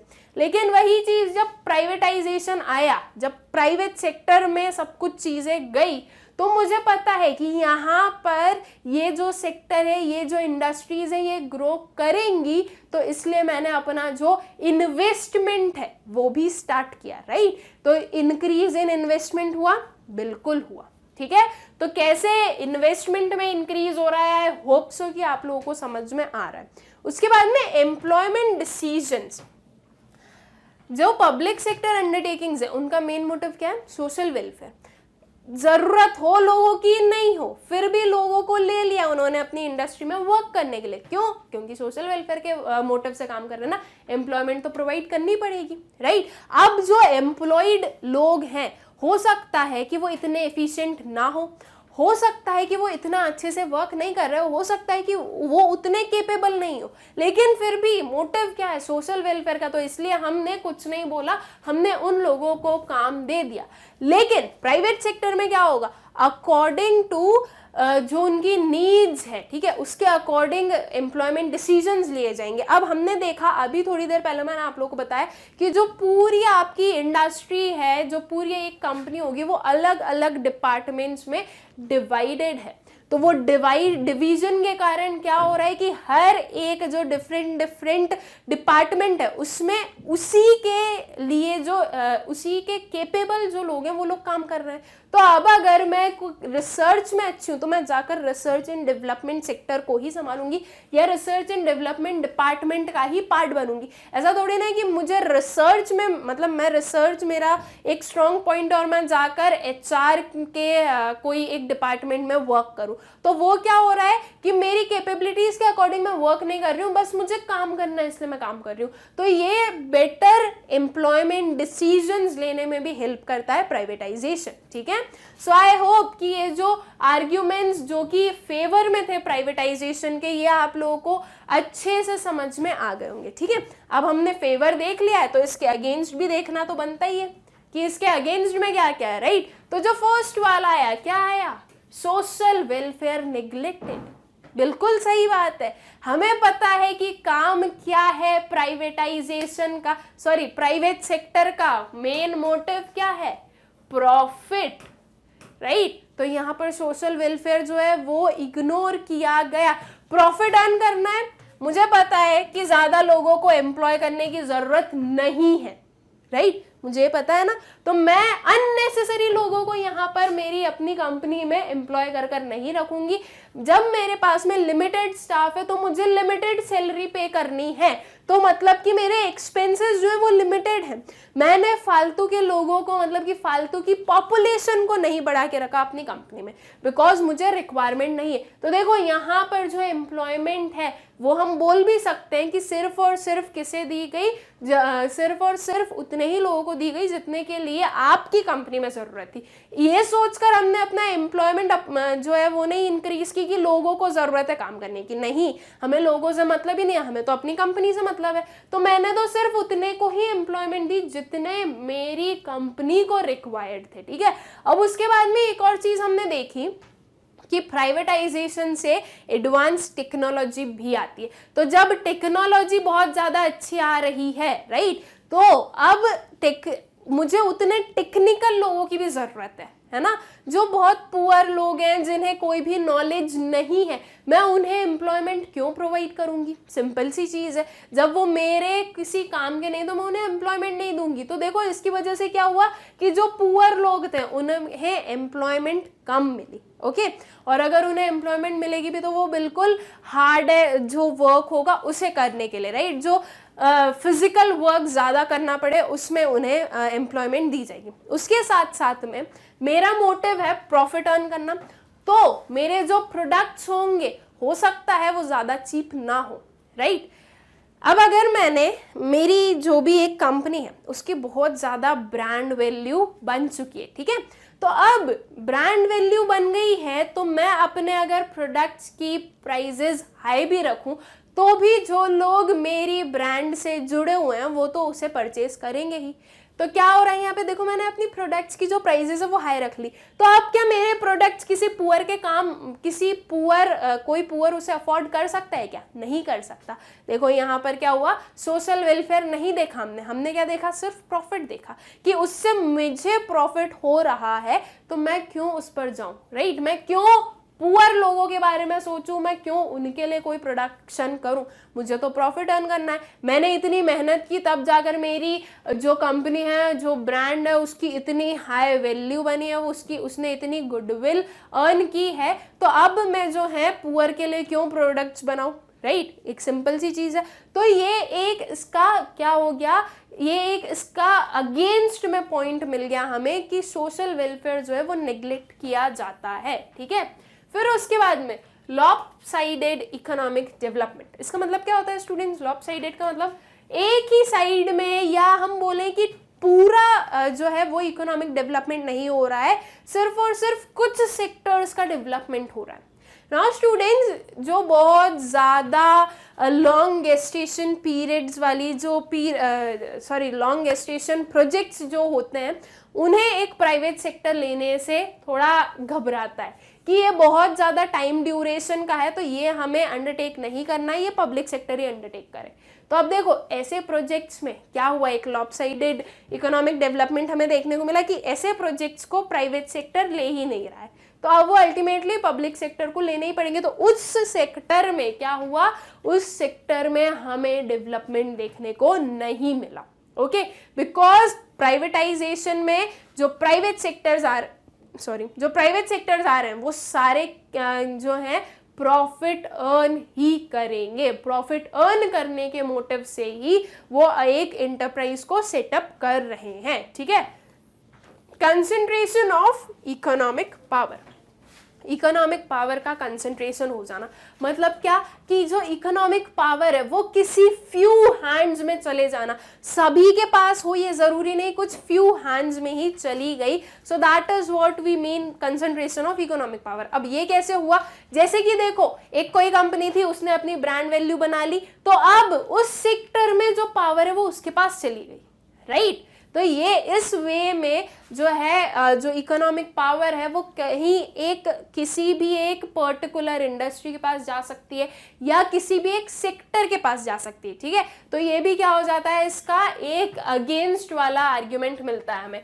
Rise in level of unemployment, अभी मैंने आप लोगों को इस वाले पॉइंट में समझाया एम्प्लॉयमेंट से रिलेटेड, बस वही चीज जो है वो हमारे इसमें भी आएगी, rise in level of unemployment. अब हम अननेसेसरी लोगों को एम्प्लॉय नहीं करेंगे और उसके साथ साथ में हमें जो एम्प्लॉयड लोग चाहिए होंगे, राइट, वो स्किल्ड होना चाहिए। हम अनस्किल्ड लोगों को तो एम्प्लॉय करेंगे नहीं, तो ये जो है अनएम्प्लॉयमेंट इंक्रीज कर सकता है, ठीक है। यहाँ पर हम देख सकते हैं कि जो अनएम्प्लॉयमेंट है वो इंक्रीज हो रही है, जो अनस्किल्ड लोग हैं उन्हें एम्प्लॉयमेंट मिल नहीं रही है, एंड ऐसे अनस्किल्ड लोगों के लिए फिर अल्टीमेटली गवर्नमेंट को ही स्टेप लेना पड़ता है। एंड आज की डेट में भी हम देखेंगे कि कुछ अनस्किल्ड लोगों के लिए गवर्नमेंट ने डिफरेंट स्कीम्स जो हैं वो लॉन्च करके रखी है ताकि एम्प्लॉयमेंट उन्हें भी मिले। अब गवर्नमेंट जो है वो किसी एक कंपनी को जाकर नहीं बोल सकती कि आप जो है अनस्किल्ड लोगों को काम दे दो, कोई भी एक कंपनी क्यों देगी, वो बोलेंगे कि हमें जो केपेबल है सिर्फ हम उन्हें ही देंगे, राइट, जो हमारे वर्क को कर सकते हैं अच्छे से, कोई भी लॉस में नहीं जाना चाहेगा, तो सिर्फ और सिर्फ लिमिटेड लोगों को काम दिया जाएगा। ऐसे फालतू में बहुत ज़्यादा पॉपुलेशन या हम बोल सकते हैं कि बहुत ज़्यादा परसेंटेज ऑफ लोगों को एम्प्लॉयमेंट नहीं दिया जाएगा, सिर्फ जितना रिक्वायर्ड है उनको ही। तो ये एक अनएम्प्लॉयमेंट भी इंक्रीज कर सकती है प्राइवेटाइजेशन, ठीक है। तो ये कुछ इसके आर्ग्यूमेंट्स थे जो कि इसके अगेंस्ट में थे। आई होप सो कि ये भी आप लोगों को अच्छे से क्लियर हो गए होंगे, और जो ये हमारा पूरा टॉपिक है प्राइवेटाइजेशन वाला, ये आप लोगों को अच्छे से क्लियर हो गया होगा। आप लोगों को इसकी एक एक चीज़ अच्छे से समझ में आ गई होगी कि क्या इसके बेनिफिट्स थे, क्या इसके जो हम बोल सकते हैं हार्म थे, या आई शुड से डिसएडवांटेजेस थे, और इसका एक्चुअल में मतलब क्या था। आई होप सो कि ये टॉपिक अच्छे से समझ में आ गया। सो विद दिस हम लोगों ने अपने 2 टॉपिक कंप्लीट कर लिए। लास्ट वाले में हमने देखा था लिबरलाइजेशन, अभी हमने देखा प्राइवेटाइजेशन। तो अब जो हमारा थर्ड रिफॉर्म था, दैट इज ग्लोबलाइजेशन, वो बचा है, तो वो हम कवर करेंगे अपने नेक्स्ट वाले लेक्चर में। Thank you. सो स्टूडेंट्स, अब हम क्या पढ़ने वाले हैं, अब हम पढ़ेंगे ग्लोबलाइजेशन के बारे में। इसके पहले वाले लेक्चर में हमने प्राइवेटाइजेशन पढ़ा एंड उसके पहले लिबरलाइजेशन पढ़ा, ठीक है। मतलब कि LPG रिफॉर्म्स में से L एंड P जो है वो हम लोग पढ़ चुके हैं एंड आई होप सो कि आप लोगों को अच्छे से क्लियर भी होंगे। नाउ जो उसका लास्ट वाला G दैट इज ग्लोबलाइजेशन है, वो भी कवर करते हैं एंड हमें इतना तो अब पता चली जाएगा with the end of this video कि इन तीनों का मतलब क्या होता था, ठीक है, क्या होता है सॉरी, उसके बाद में क्या क्या चीजें अच्छी हुई, क्या मतलब इनके क्या आर्ग्यूमेंट्स या क्या पॉजिटिव ट्रेड्स थे और क्या इनके नेगेटिव ट्रेड्स थे, क्या क्या रिफॉर्म्स लाए गए इनमें, इतनी चीजें हमें समझ में आ जाएगी, ठीक है। सो लिबरलाइजेशन में हमने देखा था कि freedom from government restrictions. Privatisation में हमने देखा कि पब्लिक सेक्टर अंडरटेकिंग्स को क्या करना है, हमें प्राइवेट सेक्टर अंडरटेकिंग्स बनाना है, ठीक है, ट्रांसफर ऑफ ओनरशिप करनी थी from public to private and I hope कि वो आप लोगों को क्लियर हो गया होगा। नाउ ग्लोबलाइजेशन का ऊपर से जो मतलब है वो हमें क्या पता है, ग्लोबल है ना, क्या करना है हमें, ये जो हमारी क्लोज्ड इकोनॉमी है उसे ओपन इकोनॉमी में कन्वर्ट करना है। हमें जो पूरी ट्रेडिंग है, ओके, जो गुड्स एंड सर्विसेज ट्रेड किए जाते हैं वो सिर्फ और सिर्फ हमारी कंट्री में नहीं रखना है, बल्कि वो जो रिलेशन है उसे हमें ग्लोबली बनाने हैं, सारी कंट्री से इंटीग्रेट करना है, सारी कंट्री के साथ में हमारी कंट्री का रिलेशन बने, ये ग्लोबलाइजेशन बोलता है, ठीक है। ग्लोबलाइजेशन ये बोलता है कि आपकी जो इकोनॉमी है उसे आप सिर्फ और सिर्फ आपकी जो डोमेस्टिक टेरिटरी है सिर्फ उसी में लिमिटेड मत रखिए, आपकी जो इकोनॉमी है उससे फैलाइए, आपकी जो फिजिकल जो डोमेस्टिक बाउंड्रीज है उसके बाहर भी एक दुनिया है और उस दुनिया के साथ में आपकी कंट्री को क्या करना है, इंटीग्रेट करना है, ज्वाइन करना है। This is what we call it as globalisation, ठीक है।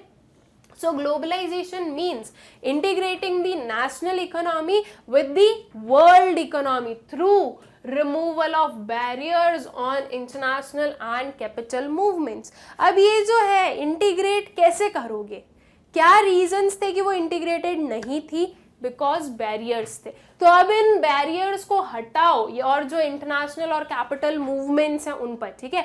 मतलब कि अब सिर्फ और सिर्फ आप ये मत बोलो कि सिर्फ आपकी कंट्री के अंदर अंदर ही काम चलेगा सारा या आपकी कंट्री के अंदर अंदर ही पूरा ट्रेड होगा। ये जो आपकी कंट्री है इसे ओपन अप करो, यहाँ पर इसकी जो बाउंड्रीज पर जो भी आपने बैरियर्स लगा के रखे उन्हें हटाओ। अब बैरियर्स कैसे, जैसे कि इंपोर्ट और एक्सपोर्ट पर बैरियर्स, ठीक है, बहुत हाई टैरिफ लगा दिया, वो एक काइंड ऑफ क्या है, बैरियर है कि अगर इंपोर्ट पर बहुत हाई टैरिफ हम लगा रहे हैं तो जो बाहर वाली कंट्री वो हमारी कंट्री को गुड्स या सर्विस सेल करने में ज़्यादा आगे नहीं आने वाली, वो सेल नहीं करेगी बिकॉज उन्हें बहुत ज़्यादा हाई टैरिफ पे करना पड़ रहा है और इस टैरिफ की वजह से जो उनकी प्रॉफिटेबिलिटी है वो डिक्रीज हो रही है। तो ये एक काइंड ऑफ क्या है, बैरियर है, इस बैरियर को ख़त्म करो, ठीक है। उसके बाद में जो डिफरेंट रेस्ट्रिक्शंस लगा के रखे हैं, जैसे कि कोटा लगा दिया कि क्वांटिटेटिव टर्म्स में बता दें कि सिर्फ इतनी क्वांटिटी ही आप एक्सपोर्ट या इंपोर्ट कर सकते हो, तो वो चीज़ हटाई जाए, ठीक है। तो मतलब कि ये जो है, जो ट्रेड में जितने भी बैरियर्स हैं वो सारे हटाओ, फिजिकली और या फिर वो जो हम बोल सकते हैं जो इनविजिबल आइटम्स है उन पर भी। इनविजिबल आइटम्स क्या होते हैं, इनविजिबल आइटम्स होते हैं सर्विसेज, ठीक है। तो गुड्स एंड सर्विसेज दोनों को मिलाकर हमें ये चीज़ जो बैरियर्स हैं वो हटाने हैं, ठीक है। It is an outcome of set of various policies that aim to transform the world towards the greater interdependence and integration। हम ग्लोबलाइजेशन से वर्ल्ड को किस में कन्वर्ट कर रहे हैं, वर्ल्ड को किस पर्टिकुलर वे में गाइड कर रहे हैं, इंटरडिपेंडेंस, राइट। अगर आपकी कंट्री में कहीं से गुड्स आ रहे हैं, आप किसी कंट्री को गुड्स सेल कर रहे हो, तो ये क्या है, आप एक दूसरे के ऊपर डिपेंडेंट हो, राइट। तो मतलब कि इसे हम क्या बोलेंगे, इंटरडिपेंडेंस। एक कंट्री आप पर डिपेंडेंट है, आपकी कंट्री दूसरी कंट्री पर डिपेंडेंट है। तो ये जो है आप, ये ग्लोबलाइजेशन के थ्रू हम ये बोलना चाहते हैं कि आपकी जो कंट्री है और ये जो सारी कंट्रीज है उनमें इंटरडिपेंडेंस होना चाहिए, ठीक है। मतलब कि हम इन शॉर्ट ये बोल रहे हैं कि जो पूरी वर्ल्ड है, राइट, उसे एक बनकर काम करना है। ऐसा आप आपकी कंट्री के बारे में मत सोचो, सबके साथ में जुड़कर काम कीजिए। सबके साथ में आप काम करोगे तो आप ज्यादा अच्छे से ग्रो कर पाओगे, डेवलप हो पाओगे। ओके, तो ये एक मोटिव था ग्लोबलाइजेशन का। It involves creation of networks and activities transcending economic, social and geographical boundaries। ठीक है, इसका मतलब क्या होता है, बियॉन्ड द लिमिट्स। ओके, अगर इसके मैं डिक्शनरी मीनिंग पर जाऊं तो क्या होता है ये, बियॉन्ड द लिमिट्स। तो क्या बोल रहा है ग्लोबलाइजेशन, क्या इन्वॉल्व करता है, creation of network and activities beyond the limits of economic, social and geographical boundaries. सिर्फ और सिर्फ जो आपकी बाउंड्रीज है ना, जो कि अभी एक्चुअली में थी, ठीक है, इकोनॉमिक, सोशल और ज्योग्राफिकल, तो आप लोग को पता है कि एरिया वाइज में। सो ये जो बाउंड्रीज क्रिएट करके रखिए, उन बाउंड्रीज को एक्सपांड कीजिए। वो जो आपने एक लिमिट बना के रखी है कि आपकी जो इकोनॉमिक एक्टिविटीज हैं वो सिर्फ और सिर्फ इतने लिमिट में या इतने एरिया में ही होनी चाहिए, उस लिमिट के बियॉन्ड जाना है हमें, ठीक है। ये ग्लोबलाइजेशन का मतलब होता है, ग्लोबलाइजेशन इस चीज के टूवर्ड्स हमें लेकर जाता है, ठीक है। Globalisation aims to create a borderless world. कैसी वर्ल्ड, बॉर्डरलेस वर्ल्ड। कहीं पर भी कुछ भी बॉर्डर ही मत रखो, ये ग्लोबलाइजेशन बोल रहा है, ठीक है। मतलब कि ग्लोबलाइजेशन क्रिएट कर रहा है। आज अगर मुझे कोई भी एक इंपोर्टेड गुड पसंद है, या मैं बोलूं कि मेरी एक प्रेफरेंस है कि मैं तो जो लंदन से गुड आएगा वही लूंगी, राइट, मैं उसे ही कंज्यूम करूंगी, तो ये क्या बना रहा है, अब मुझे अगर उस गुड को खरीदना है या उस गुड को कंज्यूम करना है तो मुझे लंदन जाने की जरूरत नहीं है, वो लंदन से यहाँ पे आ जाएगा मेरे लिए, राइट। क्यों, बिकॉज यहाँ पे लोगों की डिमांड है तो वो गुड आ जाएगा, ठीक है। तो ये एक बॉर्डरलेस वर्ल्ड बना रही है। मुझे सिर्फ और सिर्फ एक इंडिया की जो बॉर्डर है उसी में ही पूरे अपनी जो नीड्स है उसे सेटिस्फाई करने की जरूरत नहीं है। ग्लोबलाइजेशन के थ्रू हमारे पास में एक बॉर्डरलेस वर्ल्ड मिली है हमें, तो हम बियॉन्ड आवर बॉर्डर्स भी अगर हमें कुछ चाहिए तो हम ले सकते हैं, ठीक है। सो ये एक ग्लोबलाइजेशन का एम था और एम है। सो ग्लोबलाइजेशन का बहुत ही सिंपल सा मतलब है कि आपकी कंट्री को आप क्लोज्ड इकोनॉमी मत रखो, उसे ओपन इकोनॉमी बनाओ, उसे इंटीग्रेट होने दो दूसरी जो इकोनॉमीज है उनके साथ में। अब इसकी वजह से होगा क्या, क्यों करना है ऐसा, हम तो अपनी कंट्री में खुश हैं, हमें बाहर की कंट्री से क्या लेना देना, ऐसा हमें क्यों करना है, राइट। ये एक क्वेश्चन आता है। तो देखो सिंपल सा आंसर है स्टूडेंट, एक जो वर्ड मैंने आप लोगों को हमेशा, मतलब कि इस पूरे चैप्टर जब से स्टार्ट हुआ है तब से एक वर्ड आई गेस मैंने हर एक लेक्चर में बोला होगा, कौन सा है वो, कॉम्पिटिटिव इन्वायरमेंट, या फिर we should say competition. Competition बढ़ेगा, आपकी कंट्री भी डेवलप होगी, साथ साथ में दूसरी कंट्री भी डेवलप होगी, ठीक है। आपके रिलेशन अगर किसी कंट्री के साथ में अच्छे हैं तो अगर कोई भी इन फ्यूचर प्रॉब्लम आती है, कोई भी काइंड ऑफ क्राइसिस आता है आपकी कंट्री में, तो जो आपके जिसके साथ में रिलेशन अच्छे हैं, जिस भी कंट्री के साथ में, हो सकता है वो आपकी हेल्प कर दे, राइट। पॉसिबिलिटीज है और हेल्प करते ही है, मतलब कि सब लोग जुड़ कर रहो। हम ये बोलते हैं अनेकता में एकता, वही भाई सबको जोड़ के रखो। ऐसा नहीं है कि आपको सिर्फ और सिर्फ आपके कंट्री के लोगों को जोड़ना है, पूरी जो वर्ल्ड है उसमें आप एक बन के काम करो तो आप ज्यादा अच्छे से वर्क करोगे, ठीक है। जो डेवलपिंग नेशंस है वो और ज्यादा, वो जल्दी डेवलप होंगे। जो ऑलरेडी डेवलप्ड नेशंस है उनकी टेक्नोलॉजी जो है वो यूज कर सकता है जो डेवलपिंग नेशन है वो राइट और उसकी हेल्प से वो जो डेवलपिंग नेशन है वो डेवलप होने में हेल्प कर सकता है, और उसी के साथ साथ में जो डेवलप्ड नेशन है उनके लिए भी प्रॉफिटेबल है ये, कि उन्हें और ज्यादा प्रॉफिट अर्न करने में हेल्प होगी। ठीक है, सो ग्लोबलाइजेशन का जो मतलब है, आई होप सो आप लोगों को अच्छे से समझ में आ गया होगा। फिर कुछ पॉजिटिव एंड नेगेटिव ट्रेड्स देखते हैं हम ग्लोबलाइजेशन के। हर एक चीज की अच्छाइयां भी होती है और हर एक चीज में कुछ ना कुछ बुराइयां भी होती है, या हम बोल सकते हैं कुछ ना कुछ लैक्यूनास होते हैं। ठीक है, तो बस वही देखते हैं कि ग्लोबलाइजेशन में क्या पॉजिटिव ट्रेड्स थे और क्या नेगेटिव ट्रेड्स थे। सो सबसे पहले आया हमारे पास में इन फेवर ऑफ ग्लोबलाइजेशन, मतलब कि हम ग्लोबलाइजेशन के पॉजिटिव ट्रेड्स बता रहे हैं। तो ये क्या है, globalisation resulted in greater access to global markets. बिल्कुल सही बात है, ग्लोबल मार्केट्स में हमें क्या मिला, एक्सेस मिला। अब देखो सिंपल सी चीज है, कोई भी एक प्रोडक्ट का प्रोडक्शन किया जा रहा है आपकी कंट्री में, आपकी कंट्री के जो लोग हैं वो सेटिस्फाइड भी हो उस पर्टिकुलर प्रोडक्ट से। अब आपकी कंट्री में तो ठीक है, बहुत अच्छे से आपका बिजनेस चल रहा है, लेकिन क्यों ना एक काम किया जाए कि ये जो हमारा प्रोडक्ट है जिसने मास्टरी पाई हुई है, उस पर्टिकुलर प्रोडक्ट को हम ग्लोबल मार्केट्स में भी सेल करें।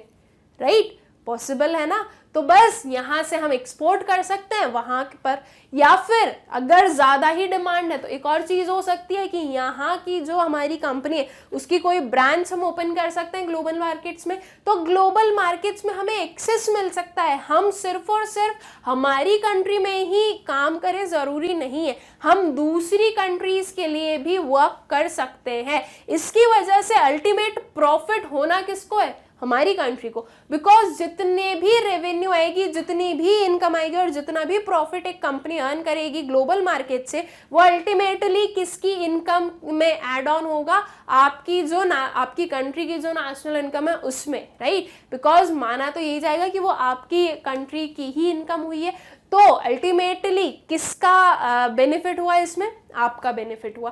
एंड सेम वे में जो दूसरी कंट्रीज हैं उन्हें भी एक्सेस मिल रहा है हमारे मार्केट्स में, तो इसकी वजह से क्या हो रहा है, वो जो कंपनीज हैं, जो बाहर की कंपनीज हैं जो कि ऑलरेडी बहुत डेवलप्ड हैं, जिनके पास में बहुत अच्छा इंफ्रास्ट्रक्चर है, जो कि बहुत ही ज़्यादा अपग्रेडेड टेक्नोलॉजी यूज़ करती हैं और बहुत ही अच्छी मैनेजरल स्किल्स हैं, अगर वो लोग आकर हमारी कंट्री में सेटअप करें उनकी कोई भी एक ब्रांच, उनका कोई भी एक एंटरप्राइज, तो उस पर्टिकुलर एंटरप्राइज से, उस पर्टिकुलर ब्रांच से जो दूसरी जितनी भी कंपनीज है वो बहुत कुछ सीखने को मिलेगा। राइट, कि कैसे उन्हें डिफरेंट चीजें करनी है ताकि वो लोग भी ज्यादा से ज्यादा प्रॉफिट अर्न कर सके।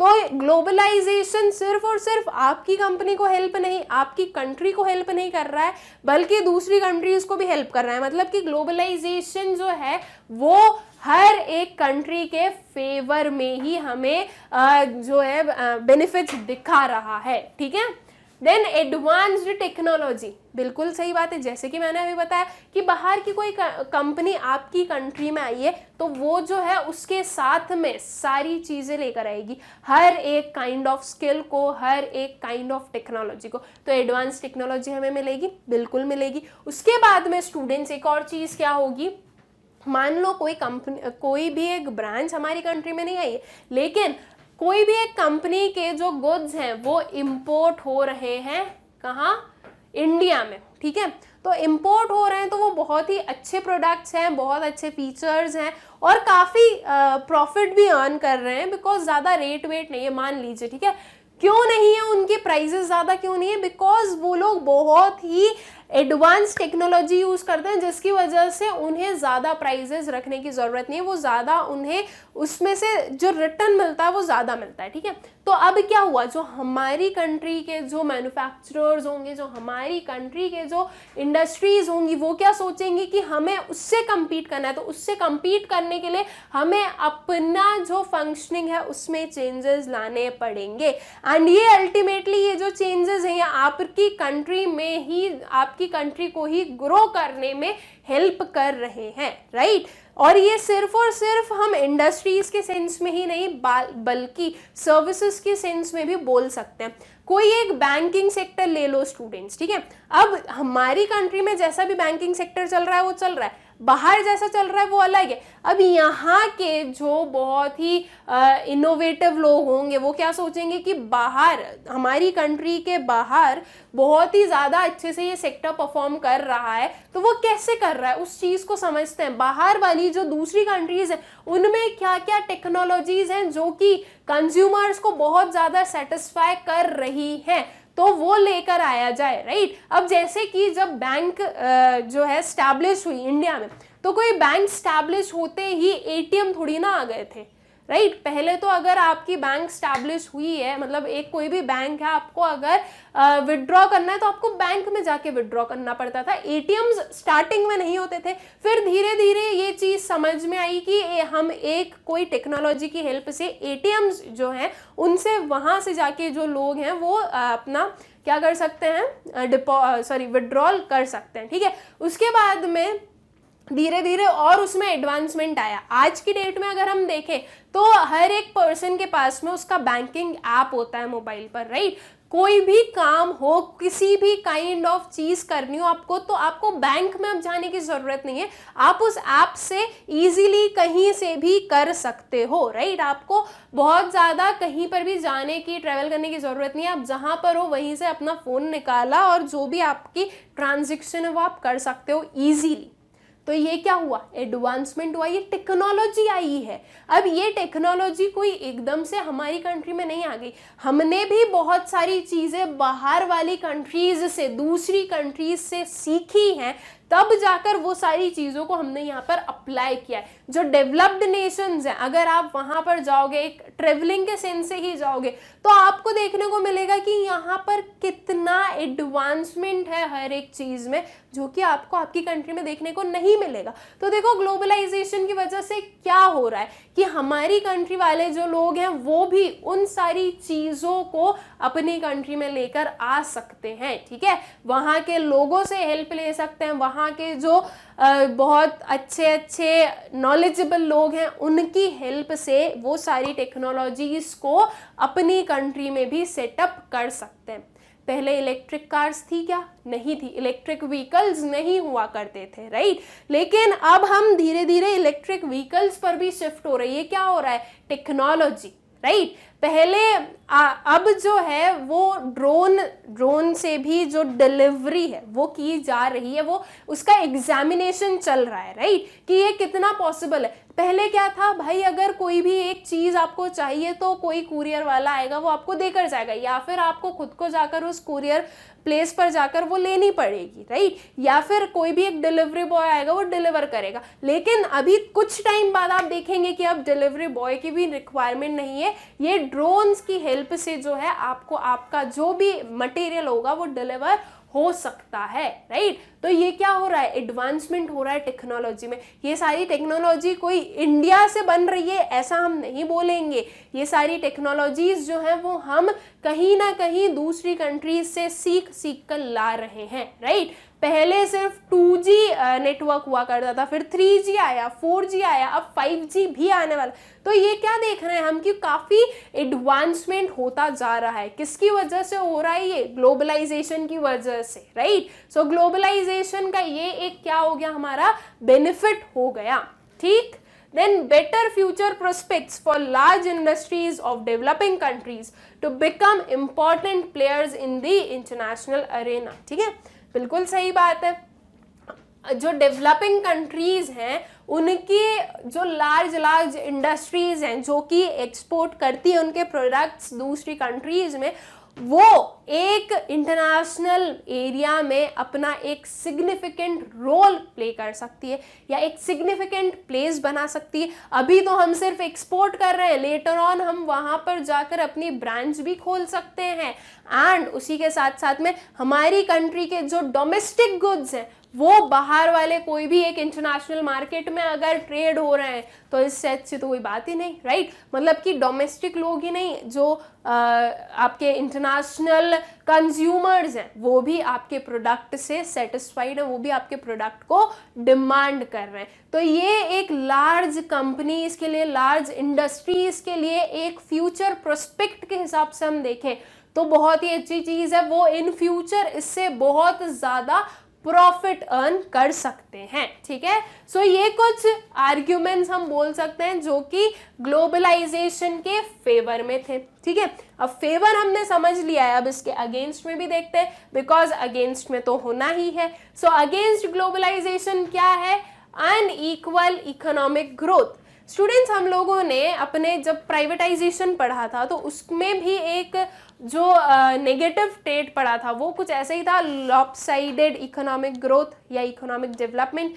और अनइक्वल इकोनॉमिक ग्रोथ दोनों का मतलब सेम ही हो गया कि हम देख रहे हैं कि हर एक जगह पर एकदम इक्वली ग्रोथ हो, ये जरूरी नहीं है, राइट। अनइक्वल ग्रोथ हमें देखने को मिल सकती है। कुछ सेक्टर्स ऐसे होंगे जो कि बहुत ज़्यादा डेवलप होते जाएंगे, ग्रो करते जाएंगे बिकॉज ऑफ ग्लोबलाइजेशन, एंड कुछ सेक्टर्स ऐसे भी होंगे, कुछ इंडस्ट्रीज ऐसे भी होंगी जिन्हें ग्लोबलाइजेशन की वजह से उन इंडस्ट्रीज को बंद होना पड़ा बिकॉज वो compete नहीं कर पा रही। तो ये अनइक्वल इकोनॉमिक ग्रोथ हुआ, बिल्कुल हुआ, ठीक है। तो ये क्या है? ये है एक ग्लोबलाइजेशन का negative trait. Then lack of local business. Local business की कमी आ सकती है। लोकल बिजनेस, हमारा जो डोमेस्टिक बिजनेस है उसमें थोड़ी हमें क्या देखने को मिल सकती है? लैक, उसमें हमें थोड़ी कमी देखने को मिल सकती है, ठीक है। क्योंकि अब अगर हमारे जो सिटीजन्स हैं, अगर उन्हें फॉरेन गुड्स पसंद आने लगे, फॉरेन जो इंडस्ट्रीज हैं वो अगर हमारी कंट्री में रिसाइड होने लगी, इस्टेब्लिश होने लगी, तो अब जो हमारी सिटीजन्स है वो उनका पूरा का पूरा जो हम बोल सकते हैं कि पूरा जो उनका प्रेफरेंस है वो अगर फॉरेन या इंटरनेशनल गुड्स पर जा रहा है, तो हमारे जो लोकल बिजनेसेस हैं उनके लिए ये चीज़ सही नहीं है। हम लोग डोमेस्टिकली ग्रो कम करेंगे और हम जो दूसरी कंट्रीज हैं उन पर डिपेंडेंस ज़्यादा हो रहे हैं, ठीक है। तो ये एक इसका क्या हो गया? डिसएडवांटेज हो गया। Then increases potential global recession. Potential global recession कैसे आया? देखो, एक सिंपल सी चीज़ है, बहुत ही रीसेंट एग्जाम्पल अगर हम ले, कोरोना आया तो हमने देखा कि बहुत सारी इकोनॉमीज जो हैं वो उनमें हमें रिसेशन देखने को मिला, ठीक है। बहुत सारी इकोनॉमीज जो हैं उनकी जो ग्रोथ है वो रुक गई। अब स्टूडेंट्स, अगर अमेरिका की इकोनॉमी में हम देखें कि डाउनफॉल हो रहा है, तो इसका इफेक्ट किस पर आएगा? इंडिया पर भी आएगा। इंडिया की इकोनॉमी जो है वो भी अफेक्ट होगी इस डाउनफॉल के कारण। रीजन क्या है? बिकॉज अब हमने बॉर्डरलेस वर्ल्ड बना दी ना। तो बॉर्डरलेस वर्ल्ड बना दी है तो जब इंडिया की कोई बॉर्डर ही नहीं है, ठीक है, यही मान रहे हैं, इंडिया अमेरिका की कोई बॉर्डर नहीं है, तो यहां पर कोई प्रॉब्लम आई तो वो इंडिया में भी प्रॉब्लम आएगी। सिंपल सा रीजन है, सिंपल सा इसका ये आर्ग्यूमेंट है, बिकॉज ये दोनों एक दूसरे पर इंटरडिपेंडेंट थे, राइट। ये दो, अब अगर इंडिया में कोई प्रॉब्लम आई है तो इंडिया के कारण अमेरिका में भी कहीं ना कहीं थोड़ी बहुत जो है डाउनफॉल देखने को मिलेगा। क्यों? बिकॉज ये दोनों एक दूसरे पर इंटरडिपेंडेंट है। रिसेशन आया, रिसेशन की वजह से मान लीजिए जो प्राइजेस हैं वो इंक्रीज हो गए, ठीक है। जो प्राइसेस है वो क्या हो गए? इंक्रीज हो गए। अमेरिका में जो गुड्स हैं उनके प्राइसेस इंक्रीज हो गए। अब अमेरिका से जो गुड्स हमारी कंट्री में इंपोर्ट होते थे उन गुड्स के प्राइसेस भी तो इंक्रीज होंगे, राइट। प्राइसेस इंक्रीज होंगे इनके भी। तो इधर अगर प्राइसेस इंक्रीज हुए तो अल्टीमेटली ये जो इंडियन मार्केट है इसमें हमें इन्फ्लेशन देखने को मिलेगा, बिल्कुल देखने को मिलेगा। सेम केस में जो यहाँ से एक्सपोर्ट होते हैं उन गुड्स पर भी अफेक्ट होगा। यहाँ पर रिसेशन आया है तो अब लोगों के पास में और इनकी जो इकोनॉमी है इनके पास में इतना मनी नहीं है कि वो बहुत ज़्यादा एक्सपेंस कर सके, ठीक है। तो इसकी वजह से क्या हुआ कि अमेरिका ने बोला कि अब हमें एक्सपोर्टेड गुड्स नहीं चाहिए, अब हमें ये गुड्स, मतलब अमेरिका जो है वो गुड्स की डिमांड नहीं कर रहा है। तो इंडिया से जो गुड्स एक्सपोर्ट होते थे उन पर अब क्या लगा? एक स्टॉपेज लगा। अब वो स्टॉपेज लगा तो अल्टीमेटली आपकी कंट्री की जो इकोनॉमी है उस पर भी अफेक्ट पड़ा, राइट। क्योंकि इतने जो गुड्स से रेवेन्यू अर्न करता था इंडिया, अभी वो रुक गया है और उसी के साथ साथ में ये जो गुड्स जो कि एक्सपोर्ट हम नहीं कर पाए वो यहाँ पर उसका क्या बन गया? स्टॉक जो है वो इंक्रीज हो गया। तो ये भी एक फेवरेबल सिचुएशन नहीं है, राइट। तो ये जो है इंक्रीज पोटेंशियल ग्लोबल रिसेशन, उसका सिंपल सा मतलब क्या है कि ग्लोबलाइजेशन की वजह से अगर एक कंट्री में कोई भी रिसेशन आता है तो उसकी वजह से जो दूसरी बाकी की कंट्रीज हैं उन पर भी उसका इफेक्ट पड़ेगा, राइट। तो आई होप सो कि यह आप लोगों को समझ में आ गया होगा कि ग्लोबल रिसेशन कैसे होने वाला है। एंड रिसेशन जो है उसका सिंपल सा मतलब ये है कि आपकी इकोनॉमी की जो जीडीपी है वो डिक्रीज हो रही है, ठीक है, तो उसे हम रिसेशन बोलते हैं। और अगर एक लॉन्ग टर्म में ये रिसेशन कंटिन्यू रहे तो वो डिप्रेशन में भी कन्वर्ट हो सकता है, ओके। कुछ 2 to 3 क्वार्टर्स अगर आपकी जो इकोनॉमी है वो डाउन में जाए तो हम उसे रिसेशन बोलते हैं, ठीक है। एंड ये अगर और बढ़ता जाए, मतलब कि रिसेशन में अगर हम देख रहे हैं कि वो वापस हमारी जो इकोनॉमी है वो ग्रो करना स्टार्ट नहीं कर रही तो वो डिप्रेशन में कन्वर्ट हो जाती है। सो आई होप कि ये जो पॉइंट है ये आप लोगों को क्लियर हो गया होगा अच्छे से। Exploits cheaper labour markets, globalisation की वजह से क्या हो रहा है कि जो चीपर लेबर मार्केट्स है वो भी एक्सप्लॉइट हो रहे हैं, ठीक है। अब मुझे अगर कहीं और पर ज़्यादा अच्छा ज़्यादा अच्छा सैलरी मिलेगी तो मैं और कहीं पे चली जाऊंगी, तो इससे क्या हो रहा है कि जो लेबर मार्केट है उसमें भी जो प्राइसेस हैं वो हाइक कर रहे हैं, ठीक है।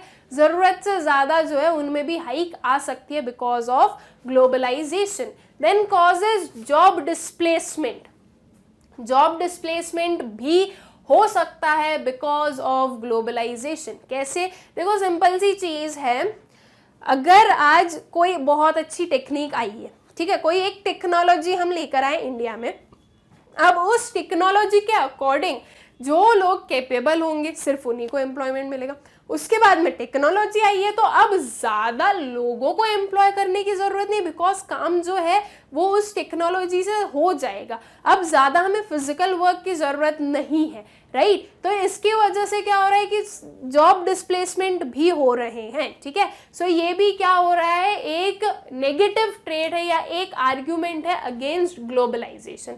सो आई होप कि ये जो पांचों पॉइंट्स थे ये आप लोगों को अच्छे से क्लियर हो गए होंगे। एंड ये जो हमारा टॉपिक है ग्लोबलाइजेशन, ये अच्छे से क्लियर हो गया होगा ग्लोबलाइजेशन का मतलब क्या होता है। सो विद द स्टूडेंट्स हम लोगों ने क्या कवर कर लिया, अपना लिबरलाइजेशन भी पढ़ लिया, प्राइवेटाइजेशन भी पढ़ लिया एंड ग्लोबलाइजेशन भी पढ़ लिया। एंड आई होप कि आप लोगों को अच्छे से क्लियर भी हो गया होगा।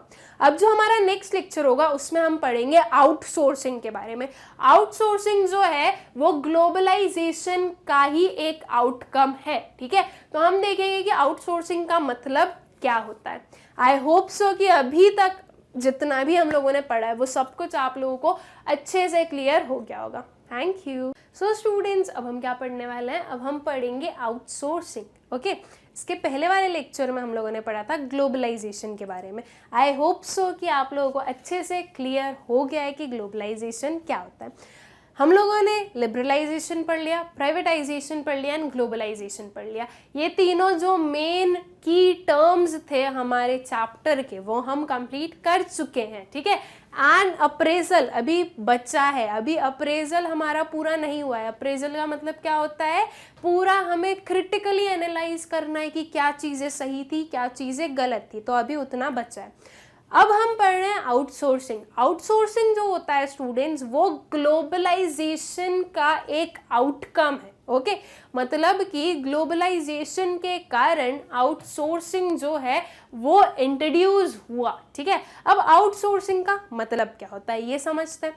जैसे कि हमारा ये तो ट्रेंड ही चला आया हुआ है कि हम जो है टर्म्स जो होते हैं उनके अकॉर्डिंग हम समझते हैं कि क्या मतलब होगा इसका, राइट। सो आउटसोर्सिंग को भी हम थोड़ा सा स्प्लिट करके देखें कि इसका मतलब क्या हो सकता है। इसे हम दो वर्ड्स में या दो पार्ट्स में डिवाइड कर दें। एक हो गया हमारा आउट और एक हो गया हमारा सोर्सिंग, ओके, या फिर हम सोर्स भी बोल सकते हैं। सो आउट का मतलब क्या हो गया, बाहर से, और सोर्स मतलब कि बाहर। अब मैं यहाँ पर बिजनेस की बात कर रही हूँ, इतना मैं आप लोगों को बता दूँ तो मैं बिजनेस के अकॉर्डिंग बताती हूँ, ठीक है। तो एक कंपनी बाहर के किसी सोर्स से अब क्या करवा रही है, बाहर के किसी सोर्स से तो किसी काइंड ऑफ वर्क करवा रही है। बस इतना समझ में आ रहा है हमें कि आउटसोर्सिंग में क्या हो रहा है, आउट वाला सोर्स है, हमारा इन वाला सोर्स नहीं है। मतलब कि हम कंपनी के जितने भी एम्प्लॉयज हैं, जितने भी मेंबर्स हैं, उन्हें काम नहीं देकर किसी थर्ड पर्सन को या किसी थर्ड पार्टी को काम दे रहे हैं और वो हमारा काम जो है वो पूरा करेंगे, ठीक है। So that is what we mean by outsourcing, okay. कि आपकी जो भी आपकी वर्किंग है या आपका कुछ भी एक पर्टिकुलर वर्क है, तो वो आप आपके कंपनी के जो अंदर काम कर रहे हैं उनसे ना करवा के किसी थर्ड पर्सन से करवाओ, ठीक है। So an important outcome of globalization, ये ग्लोबलाइजेशन के कारण आउटसोर्सिंग जो है वो हमें देखने को मिली। कैसे, क्या, ये अभी मैं आप लोगों को एक्सप्लेन करूंगी, ठीक है। So outsourcing is a business practice of hiring a party outside a company, ठीक है। किसे हायर कर रहे हैं students? A party outside a company, एक कंपनी के बाहर हम किसी को जो है हायर कर रहे हैं। मतलब कि अगर हम उसे हायर कर भी रहे हैं तो वो अब हम बिल्कुल बोलेंगे वो हमारे लिए काम कर रहा है तो हमारी कंपनी का पार्ट है, लेकिन क्या बोलेंगे कि वो हमारी कंपनी के जो एकदम कोर बिजनेसेस हैं उनमें काम नहीं कर रहा है, और ना ही वो हमारी कंपनी में हम उसे बोल रहे हैं कि आप यहाँ से करो, आप जहाँ पर हो वहाँ से भी कर सकते हो, ठीक है। सो ये एक पार्टी को हम हायर कर रहे हैं outside a company to perform services and create goods that traditionally were performed by the company's own employees and staff, ठीक है। क्या करोगे आप? हायर करके क्या करवाओगे? कुछ ना कुछ काम ही करवाओगे। अब जिस भी पर्टिकुलर वर्क में, जिस भी पर्टिकुलर प्रोडक्ट में कंपनी डील कर रही है, वही काइंड ऑफ जो प्रोडक्ट है वो हमने आउटसोर्स कर दिया। तो आउटसोर्स कर दिया तो अब क्या, ये जो थर्ड पार्टी है, ओके, या फिर हम बोलें कि ये जो पार्टी जो कि आउटसाइड अ कंपनी जो पार्टी है, वो अब उसका काम है कि वो सर्विसेज और या फिर वो गुड्स का क्रिएशन करे जो कि पहले कंपनी में अंदर ही होता था और कंपनी के खुद के एम्प्लॉइज ही करते थे, ठीक है। तो अब वो चीज़ आउटसोर्स कर दी गई है, तो अब कोई और हमारे लिए वो काम करके देगा, ठीक है। With the growth of fast modes of communication, information technology has grown a lot. ये जो आउटसोर्सिंग है ना, ये आपको information technology that is IT sector में बहुत ज्यादा देखने को मिलेगी। एक आप लोगों ने शायद एक काइंड ऑफ वर्क सुना होगा, बीपीओज, बिजनेस प्रोसेसिंग आउटसोर्सिंग। ये बहुत ही common term and I hope so कि आप लोगों को पता है इसका मतलब। अगर बीपीओ का मतलब आप लोगों को नहीं पता है तो ये जो इसका सेकेंड टर्म है, इसका मतलब तो आई एम फॉर श्योर कि आप लोगों को पता ही है, कॉल सेंटर्स, ठीक है। जो कॉल सेंटर्स होते हैं वो एक kind of outsourcing work he perform करते हैं, ठीक है। ये कॉल सेंटर्स को ही हम एक अच्छी सी डिफाइंड लैंग्वेज में बीपीओ कहते हैं। सो ये एक आउटसोर्सिंग है। जो कंपनी है उसने क्या किया है कि अपना जो भी वर्क है वो किसी थर्ड पार्टी को दे दिया है और अब ये लोग उनके बिहाफ में आपसे बात करते हैं, ओके। बहुत सारे कॉल्स आते होंगे, बहुत सारे तो नहीं लेकिन हाँ अलग अलग कॉल्स आते रहते होंगे कि हम यहाँ से बात कर रहे हैं, हम वहाँ से बात कर रहे हैं, तो आपके लिए ये ऑफर है या ऐसा है, या आपके कोई ग्रीवेंसेस हैं तो आपने उनको कॉल किया है। तो ये सब आउटसोर्सिंग ही है, ठीक है। कि हम जो कंपनीज हैं वो खुद नहीं, उनके खुद के एम्प्लॉयज़ को उसमें नहीं डालकर क्या कर रही है, दूसरे लोगों को उसमें एम्प्लॉय कर रही है, उसमें हायर कर रही है, ठीक है। So this is what we call it as outsourcing. और ये देखो ज़्यादा हम अगर गुड्स के टर्म्स में बात करें तो ये इतना हमें आउटसोर्सिंग देखने को नहीं मिलेगा जितना सर्विसेज के टर्म्स में मिलेगा। एंड सबसे ज़्यादा आप लोगों को इंफॉर्मेशन टेक्नोलॉजी और ये जो कम्युनिकेशन है उसी सेक्टर में आप लोगों को आउटसोर्सिंग ज़्यादा देखने को मिलती है, ओके।